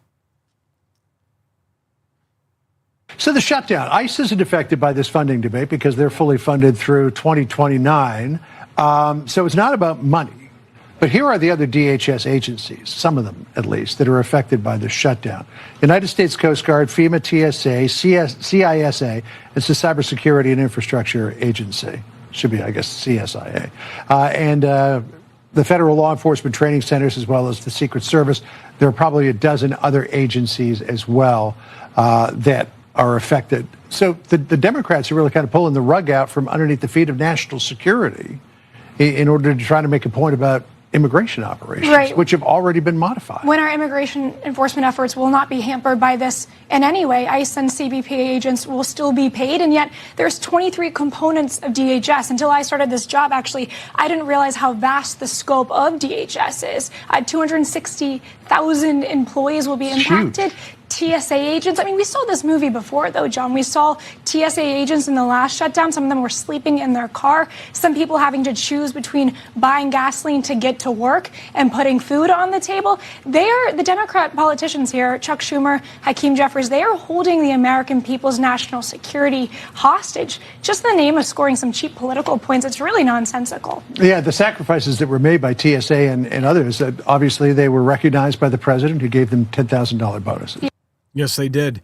And you know what? Making DHS agents sleep in cars is sickening, that these Democrats would do these to these people. And you know what? If somebody threatens one of those people, guess who they're going to call? They're going to call the Department of Homeland Security, and they're going to demand that they figure out who's the one threatening them and going after and all these things. The same people that sit there and they have the anti-gun debate and all these things are the same ones with armed security. It's a double standard. They want you, the American people, to suffer. That's it. They don't care. They want to score the political points, make Trump lose the midterms, all because of these perceived notions that they're going to force down your throats. And I think the Pentagon should reestablish the Coast Guard back to the Pentagon, remove them from the DHS, so they don't ever have to worry about the Coast Guard funding again. But it just says the DHS laid out the stakes. Now watch Trump flip this entire narrative by taking credit for the very law enforcement success Democrats are allegedly undermining. From Rapid Response 47, we have at POTUS, we have to protect our law enforcement. They've done a great job. We have the best murder numbers. Horrible thing to say, but we have the best murder numbers since 1900, and that's all due to Trump. We have to protect our law enforcement. They've done a great job. I just got finished saying that we have the best crime numbers we've had in many years, and on murders, 125 years. And that's despite a lot of people that shouldn't have been let into our country coming into our country, criminals, many, many criminals. But we've taken out tens of thousands of people, brought them back to their countries. Many of the criminals that were brought in, allowed to come in, have been removed. So, we're okay. But to have the best crime numbers, which aren't made by me, these are made by people that do that, many left-leaning. We have the best murder numbers, horrible thing to say, but we have the best murder numbers since 1900. That's before my father was born. 125 years, think of it. The best crime numbers since 1900 having to do with murder, and really good crime numbers, the best in years. So that comes from Cash App Patel and other people that are sitting out there and letting cops do their jobs. And if you go to Washington, D.C., Chicago, other areas, Memphis, Tennessee, big deal down there. Look at Mardi Gras, what's happening down with the National Guard being present. Those murder rates went from up here, they're down to historic lows because he's allowing the people to do the jobs that we elected them to do, or we put them in the position to do it. It's not hard to say, hey guys, go out there and be cops. What we need right now from the Trump administration or a law from Congress to say that all the police departments can't misidentify people. So there's a lot of criminals that are getting a portion to the wrong, skin color or whatever else inside of those records that's skewing some of the data reports. We need to put a full stop to that too. I wish that the administration would do that. But Trump's boasting about crime stats sets up his main political attack. The Democrats are sabotaging success out of spite. From Rapid Response 47, this has nothing to do with Republicans. This is a Democrat shutdown. They're upset that the crime numbers are so good. Not wrong at all. This is a Democrat shutdown. This has nothing to do with Republicans. This is a Democrat shutdown. They're upset that the crime numbers are so good. They're very unhappy that the crime numbers are so good. Yeah, of course they're upset crime numbers are good because they want high crime, because they always run on fixing crime. Look at Chicago. I live in Chicago. I live in the area. And every year it's like, oh, I'm going to have this to do crime. I'm going to fix crime. I'm going to fix crime. They always talk about it. It's the same thing with the homeless populations across the country. The more homeless they have, the more money they get. So why would they get rid of the homeless? Why would they do a thing about it? And you go to Chicago and other states where they close schools down, tell this the African-American and the impoverished communities that they can't go to school there. They don't have the money. They ship them to different suburbs. And then they sit there and they come up with the cash and make it shelters for illegal immigrants. They don't care about the American people. And we're waking up to this. So Trump delivers his knockout punch, claiming Democrats are literally upset about the good crime numbers and reframing this as their shutdown, because it is the Democrat shutdown yet again. We need 60 votes. We don't get that on the Republican side. We need 8 Democrats to come over and do the deal. That's why they're talking about getting rid of the filibuster. So I POTUS on DHS funding. We're going to protect law enforcement. We're going to protect ICE. They're part of the whole system that's working. Are there any demands that Democrats are making that you're okay with? Well, I don't like some of the things they're asking for. We're going to protect law enforcement. We're going to protect ICE. They're part of the whole system that is working. In Washington, D.C. now is considered a very safe city. When I took over, it was a city that we were losing 2-3 people a week. Over 100 people a year were being murdered in Washington. Now it's considered a very safe city. And we did that. I did it over a fairly short period of time, too. So I was just in Washington, D.C. covering the White House for the Next News Network, and I've been out there a lot of times, and so has Gary. And I felt so safe. Like, normally you have to be careful because you're walking around with thousands of dollars of equipment and gear, and you just walk from the White House to your hotel and just hope nobody gets you. But it was safe. I didn't feel threatened. Like, a lot of times you have to hide your badge and you're like, oh man, I don't want them seeing who I am, or I don't want them taking the gear. They see a nice watch or a nice suit. They just assume they're going to take your money. It's not happening anymore. It's not. And it's safe there. It's incredible. It's so nice that I could actually bring my family out there and not have to worry about these crazy things. But Trump just dropped the truth bomb that destroyed their entire narrative. This is a Democrat shutdown. They're upset the crime numbers are so good. And that's it right there, guys. They literally cannot handle Trump delivering the safest America in 125 years. So they're going to throw a tantrum that puts your family at risk, just trying to make him look bad and make them look a little bit better. But we know they don't care about us. They only care about the votes. But here's the bottom line. Democrats would rather shut down the government than admit Trump's policies work. Murder rates haven't been this low since 1900 or before it. And Washington, D.C. went from losing hundreds of lives per year to being one of the safest cities in America. In weeks, not years, in weeks it happened. But instead of celebrating safer communities, Democrats are holding national security hostage because they can't stand losing. They're literally choosing politics over protecting Americans. And this is who they really are when the cameras aren't rolling. It's scary and it's sad. They're willing to sacrifice your safety, your kid's safety, your mom's safety, your cousin's safety for their political games. So tell me this, do you trust a party that shuts down security agencies just because they're mad about lower crime rates? And hey, while you guys are thinking about that, check out the Next News merch shop for that gear that shows where you stand when America needs defending most. Stay alert and God bless.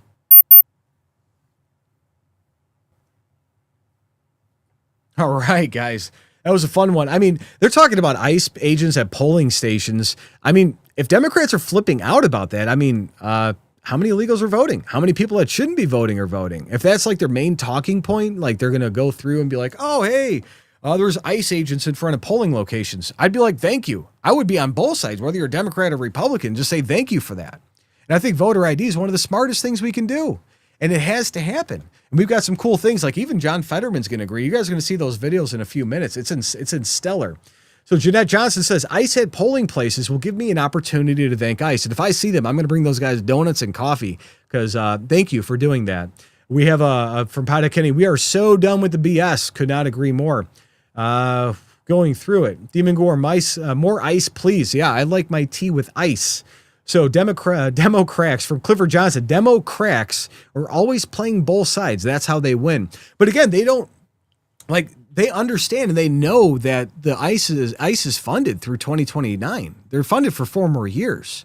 So they know that when they shut the government down, that it's going to impact airport travel times. It's going to impact the Coast Guard from saving people in capsized boats. They know it's going to impact FEMA's response. And they have a massive sewage leak up in the Potomac River that they're dumping tons and tons of sewage into it. And it's an ecological disaster, and they have to send in FEMA. But guess what? FEMA's not going to have any money to fix it because of the Democrats. Again, these people don't care about us. They don't. We have Pada Kenny, whack a dem. I agree. Karen Lynn says, hi, N3 family. Been listening the whole time, was finishing my taxes and electronic filing. Hopefully you get a big refund tax because I don't know if I am this year or not. So Dave Walker saying hi to everybody. Hi, Dave. Hi, Carolyn. Thailand invaded Cambodia. We know. Hopefully we get some peace in Cambodia. We need it. From Dave Wallenberg, Dems, ICE ain't broke. Nope, they're not broke. They got plenty of money, and they're doing the job that we voted for that to happen. And we got Pothead Kenny again coming in saying a lot of cool things. So, do you know that Tricia is leaving DHS? I did not hear that from Ron the Don Smith. Security, going through a few things. We'll get a couple more. And I know we had a super chat, so I'm going to go in and say hi to the super chat real quick. From James Faye 339, it says $10. Thank you, James. It says, hello, N3 Patriots. Welcome back in. Love seeing you every day on the show. I see your name all the time, along with a lot of really cool people. Ron the Don saying, I'm awesome. I am just doing my best to fill in for Gary, and hopefully I'm not messing up too bad tonight. We have a few others, and then we're going to get into our next topic as soon as it loads. I'm waiting for the phone to kick over here, guys. So we're going to get through it. But I think it just kind of exposes what the Democrats are doing. Every major city, they don't care. They just want all these like sanctuary policies and sanctuary cities and all these things in place so they get more congressional votes so they can rig the Electoral College.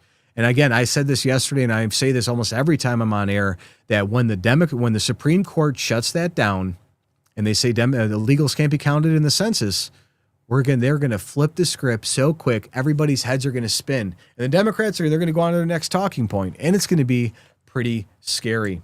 I'm going to get ready to start here, Bri. So just when Democrats thought their anti-voter ID wall was impenetrable, one of their own senators actually just blew a massive hole in their entire narrative. John Fetterman, John Fetterman, he just admitted what we've all known for years. And the Democrat establishment is absolutely panicking right now because this isn't just about one rogue senator speaking truth. This exposes the entire Democrat voter fraud infrastructure we've been talking about for years. When Fetterman admits 84% of Americans support voter ID, guess what? He's confirming what Trump has said all along. The Democrats oppose basic election security. Guess what? Because they need the chaos to win. And think about your vote being diluted by fraudulent ballots. Think about illegals potentially swaying elections that determine your taxes, your kids' schools, your constitutional rights. And here's the political earthquake. If more Democrats follow Fetterman's lead, Trump's SAVE Act becomes unstoppable, fundamentally transforming how America conducts elections. But while politicians debate election security, there's another security issue flying under the radar. We have breaking tonight. Wall Street fixates on gold, silver, and headline commodities. There's a strategic metal quietly driving defense policy, military procurement, and geopolitical planning behind the scenes. It's not flashy, but most investors never talk about it. But governments and defense contractors are stockpiling it aggressively. This isn't speculation, it's strategic necessity. From missile guidance systems to advanced electronics, this metal powers America's defense superiority. Yet supply chains remain vulnerable, controlled by foreign adversaries who could cut us off tomorrow. Smart Americans are positioning themselves now before mainstream markets catch on. And while others chase trendy investments, the real wealth protection play might be sitting in plain sight. Saga Metals connects you with the resources Washington does not want you to know about. Because in uncertain times, real assets matter. Now we're going to get back to this Democrat civil war that's brewing. Let's get into it. So here's what makes this even more explosive. Fetterman isn't just supporting voter ID. He's calling out his own party's hypocrisy on the filibuster. And remember when Democrats wanted to kill the filibuster? We're going to go back to the Wayback Machine to just a couple of years ago. They wanted that to ram through their agenda. Now they're hiding behind it to block election security. Again, it only works when they're in majority. Everything else is just bad stuff. Don't worry about it. Trump's evil. And Trump's response to that, guess what? He's doubling down because it's Trump. The SAVE Act, knowing momentum is building. He's doubling down, guys, and he's not messing around. Let's get into the action on X here. Let's check it out. So we've got Gunther Engelman talking. Kevin O'Leary just shocked a leftist CNN panel by dropping truth on the Save America Act. And he said every country in Europe, France, Switzerland, Australia solved this problem decades ago. Why can't we get our stuff together? You got to be a citizen to vote, and you got to prove it. It's not hard. You got to prove it every single time you guys go to get a pack of smokes or get something to drink or go to a bar or get on an airplane. You got to have your real ID. How hard is it to have the same thing for elections? Let's see. Every metric. Every 24 months, we go through this debate over and over again. When every country in the Nordic countries in Europe, France, Switzerland, Canada, Australia, solved this problem decades ago. A, you got to be a citizen to vote. You got to prove it. We all agree at the table on that one. Number two, there's such advancement in technology to make sure there's no cheating. We should implement it here and get all this crapola over with. It's getting almost boring every 24 months. Oh, the election's rigged. Oh, this guy's doing this guy's doing that. No other country has this narrative. Kevin, Nobody. I agree with you. It is getting It's incredibly ridiculous. boring. We talk about this all the time. It's incredibly boring, but it's also not an actual problem. Like when you look at the statistics, illegals voting is not an actual problem in this country. You do need to show ID you agree, to be if able you're not to a vote. citizen, It is you 0. can't vote. I Yeah, we would agree with that, but absolutely let agree me with that, help but that's out. not what the problem is. gotcha. The problem is that we have 0.001% of people that are illegally voting. The Heritage Foundation said that I'm going to cut in on that one. So 0.03, whatever number she had, how do they even have those numbers if they won't even admit that that's even happening? And if you go to some mayors of some towns and some school board races, those votes are decided by 3 to 4 votes in some cases. And if 15 people voted that shouldn't have voted, guess what? That changes your mayor. That changes your school board. And your school board and your local governments are the ones that levy your taxes. That's all being dictated from it. We have state reps in Minnesota and Illinois that aren't even legal citizens, and they're representatives making the laws. And these same illegal immigrants are police officers carrying weapons allowed to fire on American citizens. Let's get back into it. 3 related fraud cases since 2017. The Brennan Center for Justice says there's 100 confirmed instances since the 1980s. This is not a real problem. The problem the Trump administration is trying to solve is that they are not doing well. They are not going to do well in the midterm elections, and they are coming up to it to find a yes or no? But that's not the question. It's already illegal. No It's one is already doing illegal. that. That's already illegal. Is it? It's already illegal to vote if you're not a citizen. Why not just say if you cheat and steal and you're illegally voting, you go to jail? Oh my goodness, what a concept. That's already the law. Go ahead, Tesla. They know that. I'm happy. Yeah, it's already the law, but it needs to be enforced. When you go to Minnesota and you go to California and you get a driver's license, Illinois, the same thing. New York, same thing. Michigan, the same thing. Notice a trend in all those states I just mentioned. They're all blue states. When you get your driver's license from one of those states, you are automatically registered to vote. In Illinois, they have universal mail-in ballots. So they're just going to mail a ballot to your house. And they just don't even know if you're a citizen or not, because guess what? Everybody gets a driver's license. They don't care. Look at the CDL catastrophes. They want people to vote. That's why they're doing this. That's why the system is engineered the way it is. And when they get to the bottom and they actually see how many people are voting, that 0.03% is going to be a lot more than that. And there's going to be a day of reckoning for those people. But O'Leary's bombshell about global voter ID standards sets up the perfect contrast. While he's calling for basic citizenship verification, Chuck Schumer has a very different plans for America's voting rolls. Chuck Schumer's got to go, guys. He has to go. From Thomas Sowell quotes, it says, Chuck Schumer, the ultimate goal is to get a path for citizenship for all 11 million or however many undocumenteds there are. They know exactly how many there are because their congressional votes rely on that. Watch. The only way we're going to have a great future in America is if we welcome and embrace immigrants, the dreamers, and all of them, because our ultimate goal is to help the dreamers, but get a path to citizenship for all 11 million or however many undocumented there are here. Yeah, well, you know what, Chuck Schumer, they all want that because they want to make it permanent. They wanted open borders. That's the whole plan. Obama was the deporter in chief, first term, second and a half term. But come 2014, he changed his flip entirely. He just said, open the borders. Who cares? Democrats want this. We know we're going to lose. The numbers were trending against Democrats. So they opened the borders, flooded it, and anybody who wanted to oppose it was racist. You remember that. Anytime you say, oh, illegal immigrants, you can't say illegal immigrants or undocumented. You can't say undocumented. Now they're paperless. And they keep changing the goalposts. They keep making us change the words that we use. Can't do that. They want to say America's a democracy. We're not a democracy. We're a constitutional republic. If you can keep it, let's get to it. All right, so Schumer's push for mass amnesty becomes even more suspicious when you see how he used to talk about voter fraud. And Gary, this next clip will blow your mind. I'm Tom, not Gary, guys. So anyways, Eric Daughtry says, holy crap, Chuck Schumer is going viral for demanding ID checks to prevent fraud in the late 1990s. They were all on board with this 20 years ago. Obama was on board. The Clintons were on board. Everybody was on board for voter ID and keeping the illegal immigrants out of our country. It flipped because they knew they were going to lose. Let's see what he has to say. Watch. Let's admit the truth. Everywhere people go, they're asked for a social security card. In fact, one way to prove you're a bona fide person who can have a job is to ask for a driver's license and a social security card. This is an anti-fraud amendment. Over where we go, people say, well, why can't you stop illegal immigrants or others from coming here? And the number one answer we give our constituents is when they come here, they can get jobs, get benefits against the law because of fraud. Well, I mean, okay, how has that changed in the last 15 years? It hasn't changed. It's all because of fraud. But these guys are instigating it, allowing it, and they want this to happen. They have to have it happen. Look at all the different agencies and fundamental things that are set up to give people free health care, free driver's licenses, money, cell phones, you name it. These people are getting it for free the second they cross their border. So they've been getting it from the Democrat Party. If they get amnesty for 11 million people, they just got 11 million more votes if they're not voting already. The whole thing is a scam. The whole party is a scam. But the hypocrisy is staggering because it gets worse. While Schumer flip-flops on voter ID, investigators are uncovering exactly the kind of fraud he used to warn about. Holy F. Nick Shirley found 108 people registered to vote in one home. Shocking. That happens all over the country. We had a person on air a few years ago. David Shostok is one of attorneys for Trump. He went into Pennsylvania as an attorney during the election, and he found thousands of people registered at single addresses. This happens all over the country. A woman wanted to show how easy it was to commit voter fraud that she registered her dogs to vote, and guess what? They voted. A woman voted at four times, but she was already dead.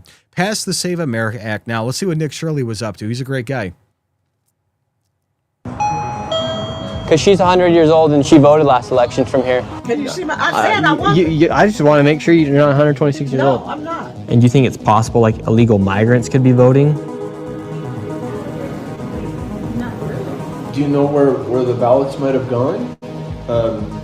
Like for 108 people, that were registered here? When it comes to fraud, most people think about money. However, there's another potential massive fraud story taking place in America, one tied to the most consequential system in our country, which is our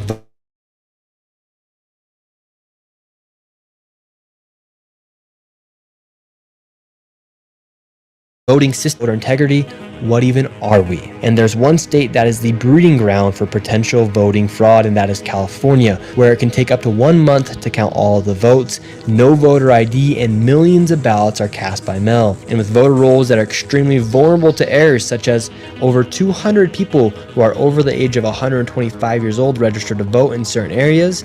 And now to see how easy it is to vote, I headed to the location to register to vote inside the state of California. Now this is the register of voters right here, and I want to ask them, why don't you need voter ID to vote here inside of California? I was curious, how come in California you don't need voter ID to vote? Because when you sign your affidavit, you're swearing that you're telling us the truth, and we compare the... So again, I'm going to cut in real here. All of these systems in all of these states are based on the trust system. You sign an affidavit saying that you are allowed to vote and you're a legal citizen of the U.S. There are no further checks than that, period. End of story. And that's how all of this is happening. There are no checks and balances on this. They just trust that you're being honest.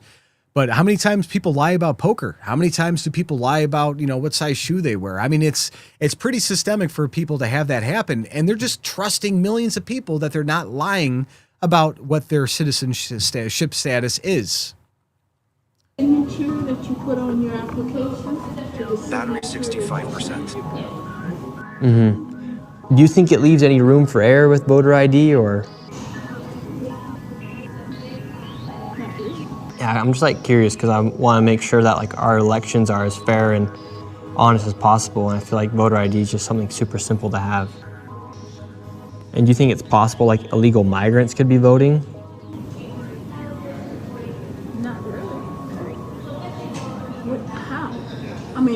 What's showing their ID? Yeah, if they don't have their ID and they could just sign on behalf of Richard Sherman, then they could technically vote, right?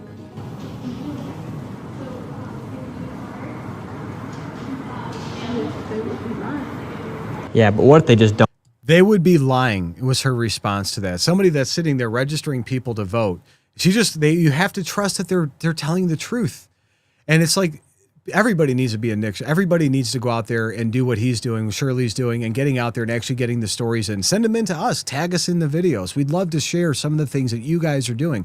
Everybody's got a phone, and everybody can be a journalist. We would love to see it. So these aren't isolated incidents. The evidence of systemic vulnerabilities is creating cracks in the Democrat wall. And one surprising senator just broke ranks. You know what? After John Fetterman had his stroke, I mean, he's kind of coming back to the middle. It's incredible to see that he's one of the only voices of reason in the Democrat Party. And at first I didn't like the guy. And now I'm like, wow, he's making sense. And he's in the middle. He's still a Democrat. He still votes with Dems on so many issues. But he's bringing it back to maybe a Kennedy Democrat style. From Eric Daughtry, says, breaking, Democrat Senator John Fetterman announces he would support a standalone voter ID bill. Question, a clean bill just showing ID to vote, you'd support that? Yeah, I'm a Democrat. That's not going to freak out. So Pass America Save Act. Let's check it out. If you had a clean bill just showing your ID to vote, you would support that legislation. Yeah, I mean, well, I'm a Democrat that's not going to freak out. The world didn't end what happened in Wisconsin. And now in Georgia, for example, which I think skews red, I think we agree. And after the law, they elected 2 Democrat senators too. So for me, that's kind of where we're at. So there's a lot to impact on that. Understood. So, I mean, even John Fetterman's on board with the voter ID. How many other Democrats can we actually get to say it? I mean, I wish Chuck Schumer would vote for it. And we've got video showing him that he was saying that. We have video on so many Democrats because they've all been in office for 60 years, right? They've been in forever. Most politicians, they should have term limits. But they're all saying this 20 years ago, 10 years ago. Why has it changed? Why has it changed so much? But Fetterman's admission is seismic. He's openly defying his own party leadership and validating everything conservatives have been saying about voter ID for a very long time. From Gunther Engelman, we have Fetterman just said the quiet part out loud on Mary Bertiramo's show. At the end of the day, showing basic ID to vote is a very reasonable idea. There is one sane Democrat left in the party. Hopefully more will join the ranks. We, the Democrats, we wanted to eliminate the filibuster. We called to eliminate the filibuster, and now we find ourselves that we love it now. And that reminds people that the filibuster is important about bringing on the other parts of to have a conversation. And now for me, there's other parts of SAVE Act that's been problematic for Democrats. But for me as a Democrat, just fundamentally at the end of the day, showing basic ID to vote is a very reasonable idea. And I think 84% of Americans in the last polling from Pew supports that. When you go overseas and you go to all the places that vote and they have a democracy or a functional republic or a democracy, most of the countries, including Iraq, Afghanistan, Europe, pick a country. I think Germany, you have to have voter ID. England, you have to have ID for it. Then you have to have ID in Italy, along with a lot of other countries, including most of South America, most of the Middle East, and almost all of Asia. And America, that's saying that, women are too stupid to change their last names. They've been doing that for a while. Their narrative is entirely off, and it's off-putting. They're saying African Americans don't know how to use a printer. That's something Kamala Harris just said the other day. It's so stupid. They think we're stupid. They think you're stupid. They think you don't know what to do as an adult. It's insane. And if you don't even have an ID on you walking down the street and a cop asks you to identify, guess what? You're going to go to jail so they could figure out who you are. With even Democrats starting to crack, the pressure is building for comprehensive election reform. But Trump and his allies want to go even further, and I hope they go to the max. From Salty Goats, everyone agrees we need to remove illegals from the census. Yes, we do. Let's see what they say. So it's official. 18 Republicans were robbed of 18 House seats and electoral votes because illegals are counted in the census. Yeah, shocker. Red states get undercounted while blue states ballooned with non-citizen Democrats and holding a plus 18 seat advantage. And that is because those sanctuary states knew what they were doing when those people flooded the area. They got extra apportionments. They wanted to have all of that happen before Obama left because they knew Trump would come in and do the whole thing of stopping the border. If Hillary Clinton was president, would have kept going. Joe Biden let in 12 to 20 million people additional. And all of these things are going to be recounted again and change the next census. But the census connection drives home the stakes. This isn't just about individual votes. It's about congressional representation and electoral power for decades to come. So again, congressional seats are determined by about 750,000 people. Do the math into 40 million. That's how many extra seats are in Congress right now that shouldn't exist.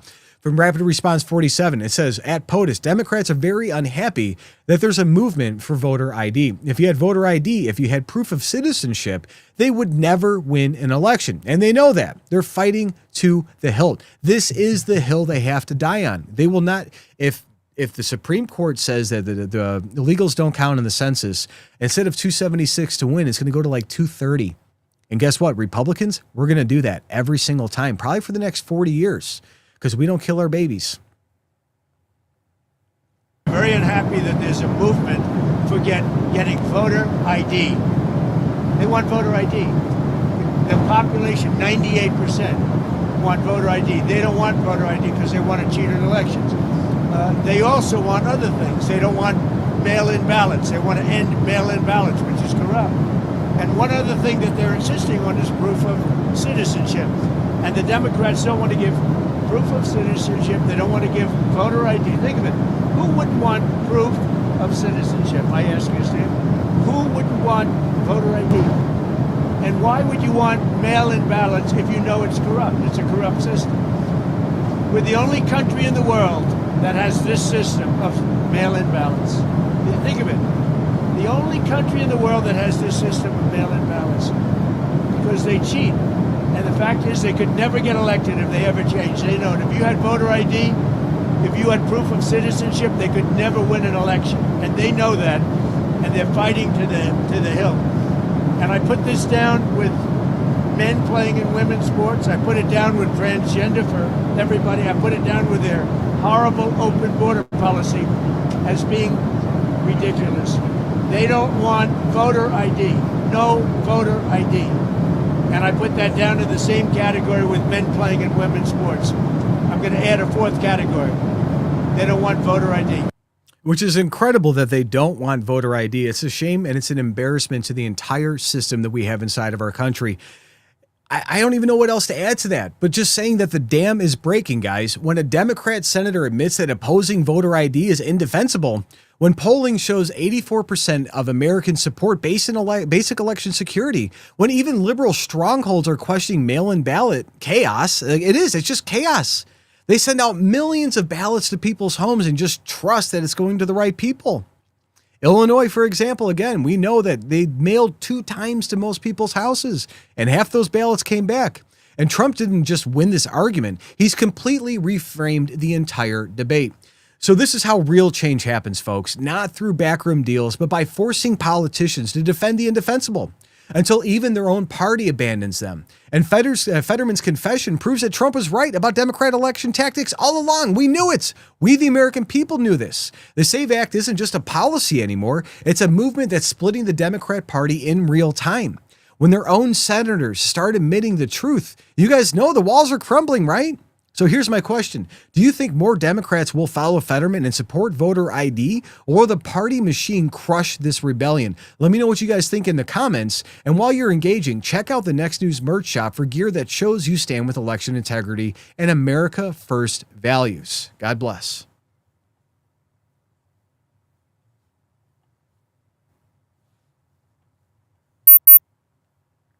That was weird. Sorry about that. That button didn't want to work at the end there, guys. Sorry about that. All right, back to the chats. I don't know if we have any super chats. We have Kimmy Wake says, Tom, my husband loves you just like Gary. Thank you. Love you guys too. We got all sorts of comments on that last one. Now, the voter ID thing is such an incredible topic. We're one of the only developed, Democrat countries or countries that have elections, Republic, Democrat, whatever, where we have our directly elected representatives in Congress to represent the American people. Yet we do mail-in ballots to the tunes of hundreds of millions of ballots or millions and millions of ballots going out per state. It's insane. It's absolutely crazy. We got people cooking dinner. Yeah, I'm starving. What are you guys making tonight? I saw people are making dinner, making steaks, I hope. We got to have some steaks. We have Miss Pothead Kenny saying CNN sucks. Yeah, they do suck. But sometimes we'll quote them. Every once in a while, they kind of get some things right. From James Fay, 1 person, 1 vote, no ID, no vote. Could not agree more. And I swear, I think I was freshly 16 or 17 years old, and I just was about to get my driver's license, 16, I think.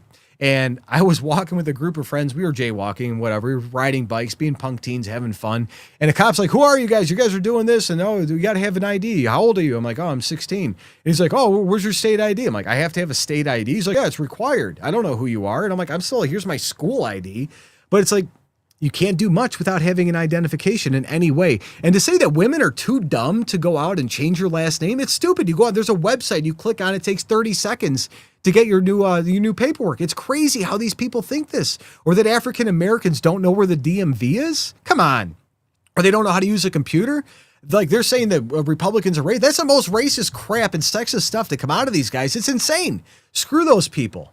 And anyways. So Lakeman says, I'm in Colorado. They do ID you to vote, but they also give IDs to non-citizens. Yes, they do. They do that in most major blue states. They just give you your voter ID card as soon as you get a driver's license. Clifford Johnson says, I saw this years ago when you asked my questions. They looked at me like children of the corn. Right. They just look at you all funny.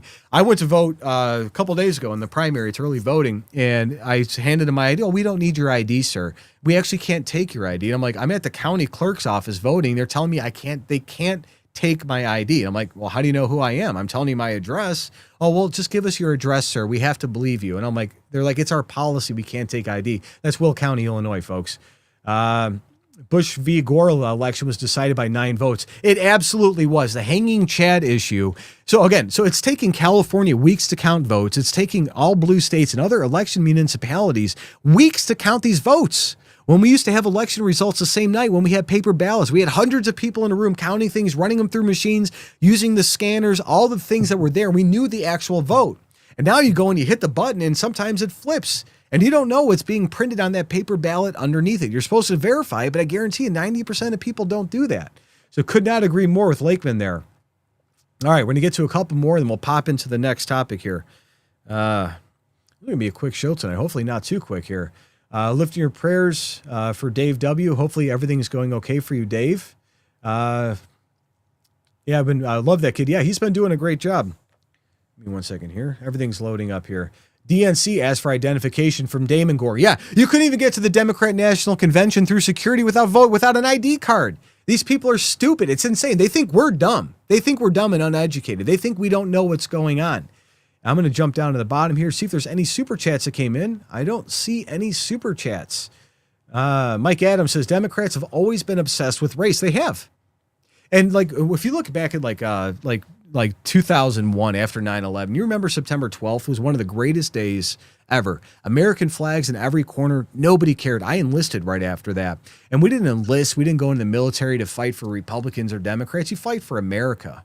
And it wasn't about race. It wasn't about anything. It's about being an American citizen. And I think right now there's so many race identity things that are happening. It's getting bad. It's bonkers is a word somebody just typed in there. I agree completely. It's fake and it's fake and it's fake and it's fake. It's insane. All right, Bri, I'm ready on T5 when you are. We're going to get everything loaded up here, guys. Oh, this is going to be a fun one. So Hillary Clinton just had a complete meltdown on international television, and it's worse than you think. I don't know. Hillary Clinton does some pretty crazy stuff. The failed presidential candidate couldn't handle a simple question about gender ideology from a Czech official, revealing the true face of leftist authoritarianism. But what happened next will shock you, and it exposes the entire Democrat playbook heading into the 2026 elections. So this isn't just another Clinton tantrum. This is a preview of what's coming if Democrats regain power. When foreign leaders can't even question woke ideology without triggering American liberals, we've lost our credibility on the world stage. Meanwhile, Democrats are openly declaring that being white makes you complicit in supremacy systems, I guess. Regardless of your character or actions, they're not hiding anymore. They want to divide Americans by race while silencing anybody who dares question their gender experiments. This is psychological warfare against traditional values, and they're using international forums to legitimize their domestic agenda. And speaking of international concerns, there's something happening in the metals market that nobody's talking about. We have breaking tonight. Wall Street fixates on gold, silver, and headline commodities. There's a strategic metal quietly driving defense policy, military procurement, and geopolitical planning. Behind the scenes, it's not flashy. Most investors never talk about it, but governments and defense contractors are stockpiling like their national security depends on it, because it does. Saga Metals has identified this critical resource that powers everything from advanced weapons systems to secure communication networks. While politicians argue about pronouns, smart money is positioning for the metals that actually defend America. The Pentagon knows it. Foreign governments know it. Now you can know it too. This isn't speculation. This is strategic preparation for an uncertain world where economic warfare is the new battlefield. So visit sagametals.com to discover what the defense establishment doesn't want retail investors to understand. Now back to Clinton's international embarrassment. It's going to be a fun one, guys. But here's what makes this even more explosive. Clinton's meltdown happened while Ukrainian soldiers are literally dying in the trenches. The Czech official asked a simple question: does defending traditional values justify abandoning Ukraine? Instead of answering, Hillary had a complete breakdown about gender pronouns. She went off the rails. We've got the video. Meanwhile, AOC is now claiming that whiteness is imaginary, while German and Italian heritage is real, I guess. They're literally rewriting racial categories in real time. Let's go ahead and get into this. And you guys know this is going to be a fun topic. So AF Post says on X, Steven Crowder says that if every other race views itself as a group and forms a coalition against whites as oppressors, then whites should start viewing themselves as part of a group as well. We're not going to remain lone wolves. Let's see what he has to say. If they're going to vilify you as a white American, as an oppressor, and everyone else views their identity as central, their race, as central to their identity, and they want to come together as a coalition against the oppressor, white people, well, you probably better start viewing yourself as part of a group, because they're targeting you that way. None of this is good for America, but you know what? It's incumbent upon the left to tone it down. Remember after Charlie Kirk got shot, they say, hey, let's tone down, let's bring down the temperature. You first, because you just said that my tribe, my family, my group of people, that we're oppressors, and that we deserve to have every other group ally themselves against us. We're not dividing ourselves. You are. But we're not going to remain lone wolves and just go, I don't view race. I'm starting to more and more. Starting to more and more. Thanks, left. Appreciate it. Thanks for waking everybody up. You know, it's an absolute shame that all of these things are happening like that. It's, you know, America's a melting pot. We're a melting pot of cultures. We want people to come to the United States. We want people of every different background to be here. We want that genuinely. We want you to be a legal citizen and contribute to society. But now they're telling us that being white's bad and all these things. They're the ones pushing this agenda. I mean, don't forget, the longest filibuster in American history was to stop, you know, a bunch of stuff back in the 60s. I don't know if I could say it on the channel. I got to be very careful about that. But they voted the filibuster to stop, to desegregate. The Democrats did this, not the Republicans. Republican Party was founded back from Abraham Lincoln. And guess what? It was about ending slavery and a lot of other things that went into it too. Republicans did that. Democrats don't want you thinking about that. So anyways, Crowder's call for white collective identity sets up a broader debate about whether identity politics itself has become the problem. Watch how critics are pushing back. From Tired of the Willfully Ignorant, it says, when you don't have any real politics and don't have the intelligence to articulate a clear platform, your best friend is identity politics. And guess what? Michelle Obama does it better than most people. Let's see what she has to say. Now it says, quote, white folks are what's wrong with America. So and now imagine George Bush saying black folks are what's wrong with America. Yeah, couldn't agree more. Imagine if the cards were flipped. If somebody said that about the people of the other races, how would that go? It wouldn't go well. They would be all over TV. If I made a snafu and said something, guess what? It's going to be clipped a million times. It's going to be shared all over the internet. They're going to try to cancel me for trying to end the hypocrisy of what they're doing. I mean, people are people. We all bleed red, folks. Everybody's a person. Treat them that way. Don't break them into segments and then force these ideologies back in place. But they have to do that to control the population. They need us fighting each other so we don't fight them because they're not doing the right stuff. Look at all the fraud. They want us going against each other. They don't want us united. They don't want a united America. The criticism of identity politics as a crutch connects directly to intellectual discussions about white identity and cultural advocacy that are gaining traction. From Andrew Braca, it says, whiteness, national identity, and the politics of cultural self-advocacy. Let's see what he has to say. For years, white Americans were told they didn't have a culture, and everything they were was reduced to the pejorative. I'll call it the W word, right? With a hard W, deemed whiteness. Whiteness isn't just your skin color. It has a very specific meaning and serves a very specific purpose. It's replaced the bourgeoisie in today's Marxist modern-day knockoff of the Communist Manifesto. So what is whiteness? It's a false and racially subjugated spin on everything that grounds a prosperous nation. Family, history, national pride, religion, truth, I would say meritocracy, and national borders. And those all happen to be the same concepts that Karl Marx said must be overthrown in order to attain utopia. What a coincidence. So that is a very, very strong statement saying all of this goes back to the Communist Manifesto and all these cloud pivot strategies and all these things. They have to denuclearize the family. Look what they did back in the 90s. There used to be a majority two-parent household inside of our country. When you go to African-American communities, only 15% have a dad present. And that was done by design. They're breaking people into segments to attack us, to make us fight so we don't focus on the real things. And millions of people died in the Civil War to make sure that people were free. Millions more marched in the streets to make these things happen. And we're still fighting every single day to make sure that everybody gets treated as a human being. And these Democrats don't want that. I'm going to go a little bit longer on this and we'll get to the next one. By stigmatizing all these white concepts as evil and identifying them with the white race in a country where racism is the pseudo-original sin, the powers that be are able to manipulate huge swaths of people using their fear of being labeled the worst imaginable thing as a means to control them and sway them from practices that keep a country and culture healthy. Can anybody disagree with that? Can anybody disagree with that? And of course, it's not just America, it's the world over.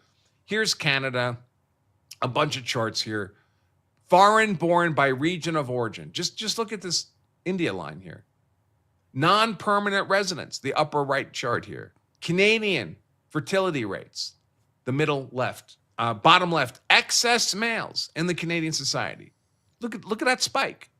What do you think these men do for sexual release? You wonder why the rate of sexual crimes goes up? When you have millions of young men in your country and there's no women for them to have a relationship with? U.S. v. Canadian GDP. U.S. goes up, Canada's been flat. It has a lot of implications, around a lot of things. I don't necessarily know who he is, but we're going to get into it again. So the academic framing that leads up to the political mechanics. Here's how politicians are weaponizing victimhood narratives to build their base. And again, when you go to the UK or you go to Australia or some other countries in Europe, and you say anything about anybody that commits crimes against women or something like that, you go to jail. If you say that they were of African-American descent, or if they're of a different descent than white, anything besides white, if you say anything against anybody else, you're going to get arrested. They just arrested a 95-year-old woman. She was in a wheelchair. They picked her up out of the wheelchair and shoved her in the back of the car because she said a disparaging comment about immigrants that were of a different color than she was. AUS Integrity says, if you teach a person they're a victim, they will be a victim regardless of whether they are or not. Victim mentality. It's all a frame of mind. This is one of the labor primary weapons in the grievance and identity politics industry. And it is an industry. And it's absolutely an industry. Let's see what they say.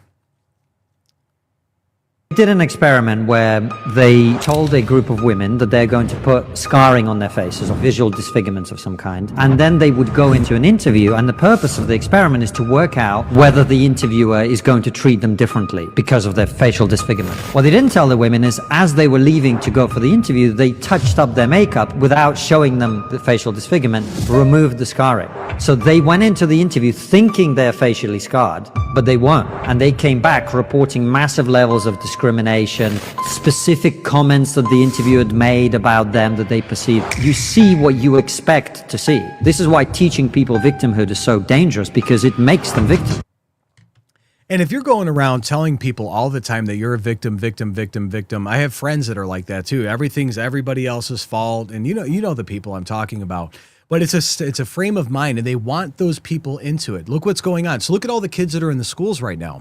They've been told, so Trump was in office in 2016, 10 years, right? So all the kids that were 7, 8, 9 years old when they were in school, when Trump first took office, they've been told the federal government doesn't exist, that you're white and you should apologize for it, and all of these other things. When we spent decades trying to fix the racial discrimination and all the things that have happened in this country and around the world, they put it back through the teachers union because they know they need those wedge issues. They're telling you that the braids are part of the African culture. What about Dutch braids? That's a thing. Guess what? The Vikings braided their hair too. All of it is a false narrative to push things out. It's crazy. So the victim mentality critique flows perfectly into Bill Maher, who's actually been doing great lately. Frustration with Democrats doubling down on these divisive tactics. Let's see. It makes me more angry at the Democrats for going so in on identity politics. Life is such an unpredictable mishmash from Bill Maher of advantages and disadvantages. It's simplistic to say because your race, because your religion, because of whatever this thing, it allows you to have that excuse. Let's see. It does to me when I hear stories like... Oh, wrong button. It does to me when I hear stories like this, and you hear them all the time, just make me more angry at the Democrats for going so in on identity politics, because, you know, life is such a unpredictable mishmash of advantages and disadvantages. It's so simplistic to say, well, you know, because your race, because your religion, because whatever this thing you identify, that is what is the defining thing in America. No, these are the kind of things that are very often the defining thing in America. Your parents sucked. Now, that could have made you a giant failure. I've seen it work that way. And I've seen it work the other way, where it makes you work harder and be better and somehow get further maybe than you would have if they weren't shitty. So to reduce life to those kind of simplistic boxes, I think is so crazy, because, you know, who knows who you would be or what you would be if your parents had been different. That couldn't agree more. And I wasn't born with a silver spoon in my mouth. I've worked hard for everything that I have. So is Gary. So is a lot of people in the chats. And if you guys were not born with a silver spoon in your mouth and you bought your first house when you thought that was impossible, drop your success story in the comments. Regardless of race, identity, wherever you were born, everybody has different advantages and disadvantages. And I think it's incredible that we all live in America where we can make something of ourselves. If you would have told me when I was 10 years old that I'd be doing news stuff and reporting at the White House, I didn't know where food was coming from half the time. I didn't know when I was 18 what was going on. To sit there and look at the trajectory and all the ups and downs and everything, it's called a fight. You have to work your way to do things. And anybody that needs motivation, hit us up. We want to motivate. We want you guys to be successful too. And the Republican Party wants you to be successful. And that's the difference. Democrats want you to be a victim. They want you on welfare for the rest of your life. And Democrat and Republicans want you to become your own millionaire. We want you to be successful because our nation and our neighborhoods and our communities and the people that work for you, they become successful by proxy. So Mayer's Hollywood criticism connects real-world impacts. Here's how identity politics is literally being taught to children in ways that are shocking parents. My kids don't go to public school because of what you're about to see. Let's see here. It says, this woman was brought to tears, but remember, this African-American museum is paid for by school districts to put these same chains on school children to teach them to hate America. You are paying for hate, guys. Watch. Welcome to America.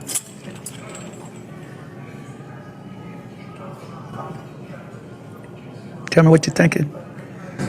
Just so much. Kleenexes, please. I've always been interested in history and the history of black people. I took Afrocentric classes at U of L. My grandma lived at 2821 West Kentucky Street.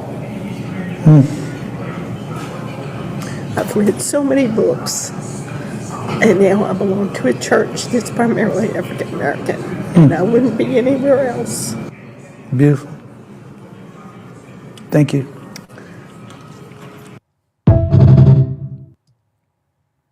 So the museum controversy shows how this plays out in practice and is creating a powder keg of resentment that's boiling over.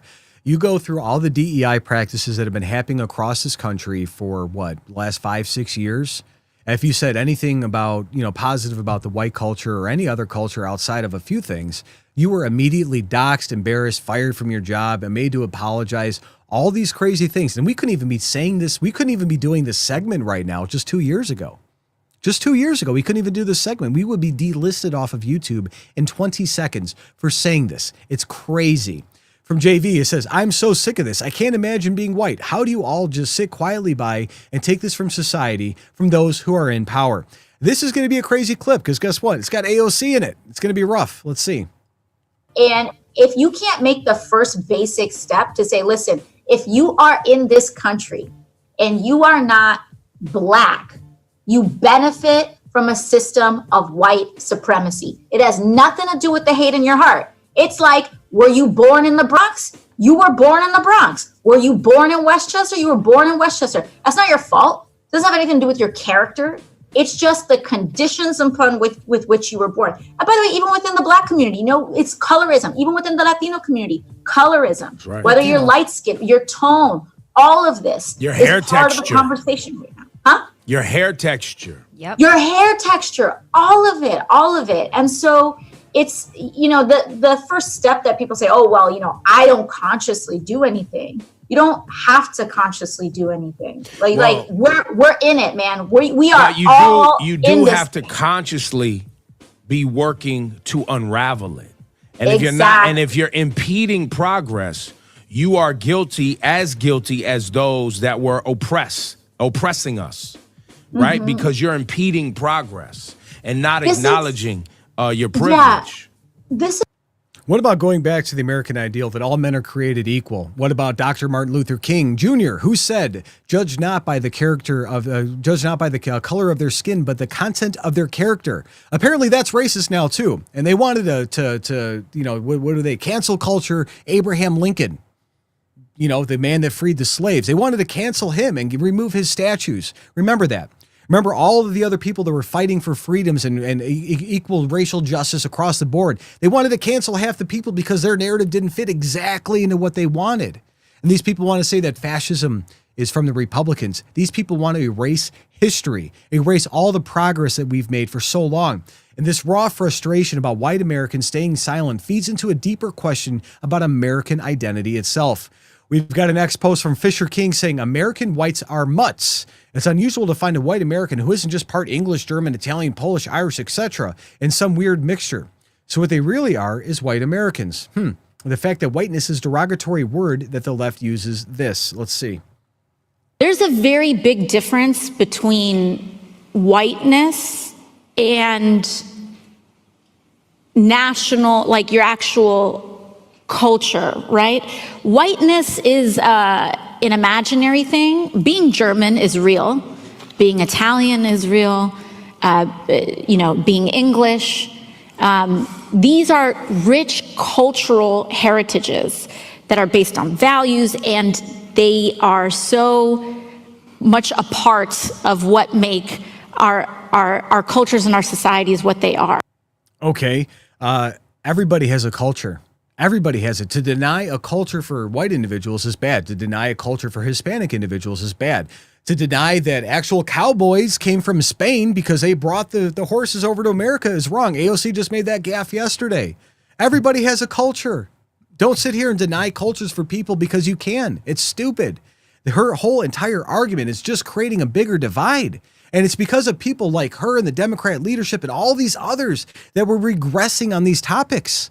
It's not from us. I know it's not from us. I don't wake up in the morning and go, oh man, what can I do to make things harder for people that don't look like me? I don't do that. I don't. I try to lift everybody up. So does Gary. So does a lot of people in these chats right now. And somebody made a comment saying it's not about what's on the outside of your brain. It's about the brain matter in between it. Could not agree more. It's about this. It's about your heart. It's about who you are as a person, not the color of your skin. And these people want to drive that wedge in because they can. And it's disgusting what they're doing. So this identity crisis at home is now playing out on a world stage. Hillary Clinton just got into a heated exchange with a Czech leader who says America's woke policies went too far. We have a post from Fox News saying, reality check. That's cute, funny. Hillary Clinton clashes with Czech Deputy Prime Minister Peter Masinka after he says President Trump reacted to policies that went too far. Masinka goes into this whole exchange. We're going to get into it, and I want you guys to watch it. We saw the cancel culture.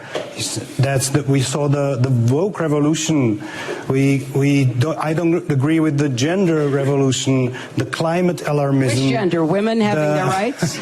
No, let Peter go on. I think there are two genders. So, but some of us think that there is more than one or more than two. More than two gender. I think there is male and female, and the rest probably is a social construct. So this is something that went too far. But does that justify selling out the people of Ukraine who are on the front lines dying to save their freedom and their two genders? If that's what you're worried about? Smacks her back into place. Please finish my points. I'm sorry that it makes you nervous. I'm really sorry for that. It makes me nervous. It makes me but seriously. You know, he's not wrong. He was sitting there putting the screws to her to tell her that she's wrong. And guys, I mean, it's crazy what they want to do. They want to bring us back to the 1920s because that's the only way they have to do it. Follow the Communist Manifesto, follow the Cloud Piven strategy. They need to destabilize the United States so they could sneak in the communism and the socialism. Look at Mamdani in New York, socialist. You look at Mayor Brandon Johnson in Chicago, communist. You go down the line to all these people, they're all communist because they have to have these wedge politics so the American people and the people of the world don't unite together and tell them we've dealt with this. We dealt with this decades ago. Why do they keep trying to bring us back to this? They want to destroy America because it's the most important thing that's ever happened to the world is having the amount of freedom that we have. That you can come from countries overseas. My family emigrated here a long time ago. They didn't have anything. They worked hard, and so many families sat on Ellis Island before they can pass a basic literacy test just to get into America. Because they wanted the opportunities we have here. And these pieces of garbage are sitting here trying to ruin the American ideal for everybody. And they're doing it through something that shouldn't even be a topic. It shouldn't. We've settled these issues. Why do you keep bringing them back up? It's crazy. But here's the truth that they don't want you to see. This is never about equality or justice. And when Clinton can't handle basic questions from our allies, and when AOC declares entire racial categories as imaginary, which is crazy, when they tell white Americans they're automatically complicit in supremacy just by being born and being alive and walking around, this is an ideological conquest disguised as social pressure. They're not building bridges, folks. They're burning them to the ground, and they want Rome to fall with those burning bridges. The mask is completely off now as Democrats can't defend their ideology when challenged by international leaders. So they resort to emotional manipulation and racial guilt tactics. And Clinton's meltdown in Prague shows exactly what happens when woke politics meets real-world diplomacy. Complete failure. She failed on a world stage, just like she would have failed on the world stage as president. They're so invested in their gender experiments and racial divisions that they can't even discuss foreign policy without having nervous breakdowns. She was like shaking. This is what weakness looks like on the international stage, and our enemies are watching every second of it. The Czech Republic sees it, Russia sees it, China sees it, and they're encouraging this. They want this to happen. They want a weak America, and the Democrats are falling in step. They want a weak America, folks. That's what they want. And America deserves leaders who can handle tough questions without falling apart. And do you think the Clintons' international meltdown proves Democrats aren't ready to lead America? Check out the Next News merch inside of our shop and let me know in the comments below what you think on that. Stay alert and God bless.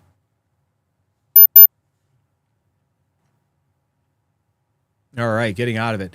So that's a tough subject to cover, guys. I will say that because like you have to like, even though like we're trying to make sure we're as PC as possible. And obviously we're not racist here, but the left can quote anything out. They can quote segments of that and then try to shut us down, say we're crazy people. We shouldn't have our hard passes to the White House to cover the news because how dare us cover something that's counterintuitive to their narrative that they're trying to push on us.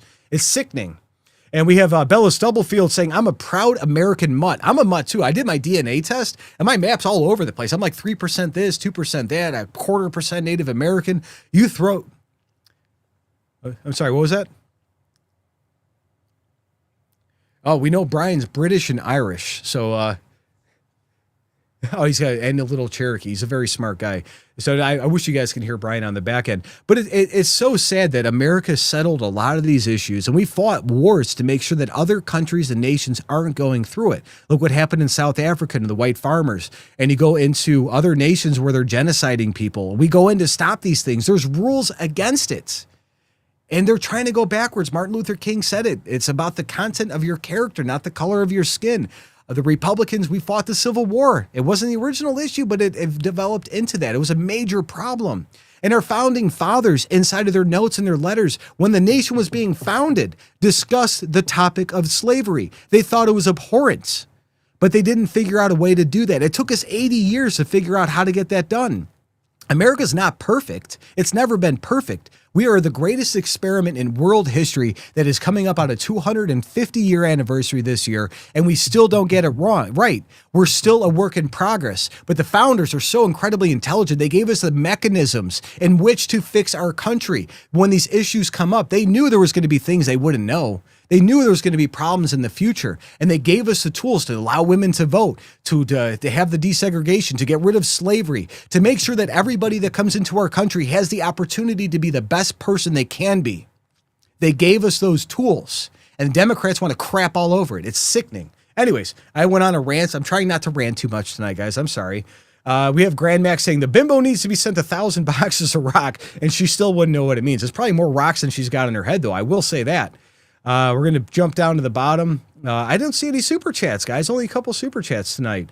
We got Crayerland saying half Italian, quarter Norwegian, quarter Portuguese. We're all in it. We've all got a crazy mixed DNA background, and it's a lot of stuff. We've got Scottish and Irish and a little bit of Cherokee from Ron the Don Smith.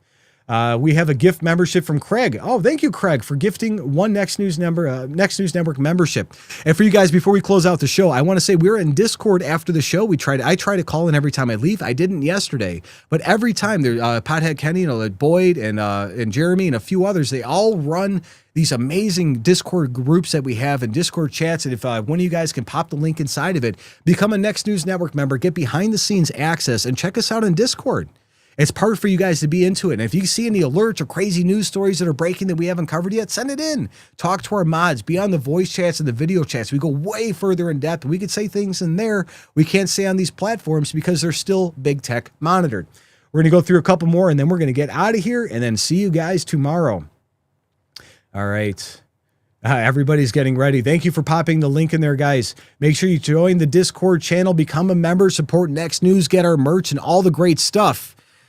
All right. And there you have it, folks. Tonight's stories aren't separate incidents. They're pieces of the same massive puzzle that reveals just how deep the establishment's corruption runs and how desperately they're fighting to maintain control.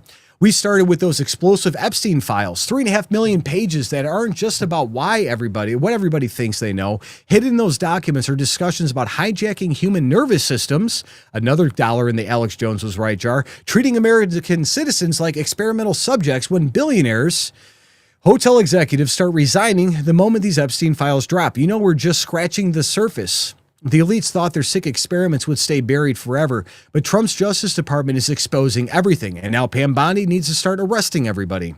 Meanwhile, President Trump is showing the world what real leadership looks like. His Board of Peace just secured a $5 billion Gaza package that's already reshaping Middle Eastern diplomacy.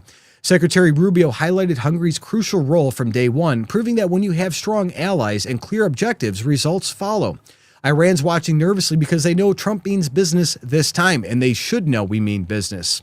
And of course, Democrats would rather sabotage our security than give Trump another victory. They don't like us. They don't care about us. They care about votes and power. They're manufacturing a DHS crisis trying to undermine ICE and law enforcement operations, but Trump called it exactly what it is, a Democrat shutdown designed to hurt America.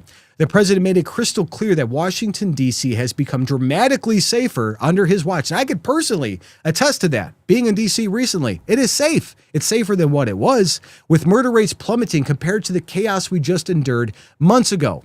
It's crazy how fast things can turn around when we have real leaders in place. The desperation becomes even more obvious when you look at their election integrity obstruction. Trump's pushing hard for the SAVE Act, demanding voter ID and proof of citizenship requirements. And the numbers, they don't lie. 98% of Americans support these common sense measures, yet Democrats fight tooth and nail against basic protections because they know with real transparency, their mail-in ballot schemes and ballot harvesting operations and all the other crazy little schemes that they have, they become impossible. But perhaps the most telling moment came when Hillary Clinton had a public meltdown confronting Czech Republic's Deputy Prime Minister Peter Makinka. I'm sorry, I mispronounced it. And this foreign leader dared speak the truth about the woke revolution poisoning Western civilization, and Clinton's nervous reaction exposed exactly how threatened these globalists feel. And when international leaders start acknowledging that gender ideology and client alarmism went too far, you guys know the tide has turned permanently, and hopefully it stays that way. We need to have that momentum to go forward. Americans rejected cancel culture overwhelmingly, rejected radical gender experiments, and rejected being lectured by climate extremists living in mansions and flying and jet-setting around the world, demanding we sacrifice everything while they get mega mansions, yachts, and unlimited, no consequence, anything they want to do. And Clinton's defensive posturing shows voters why Trump overcontinued the insanity.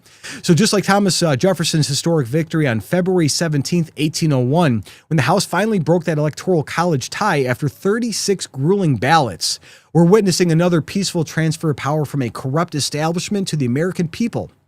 Jefferson fought the Federalist elites. He did, and he won.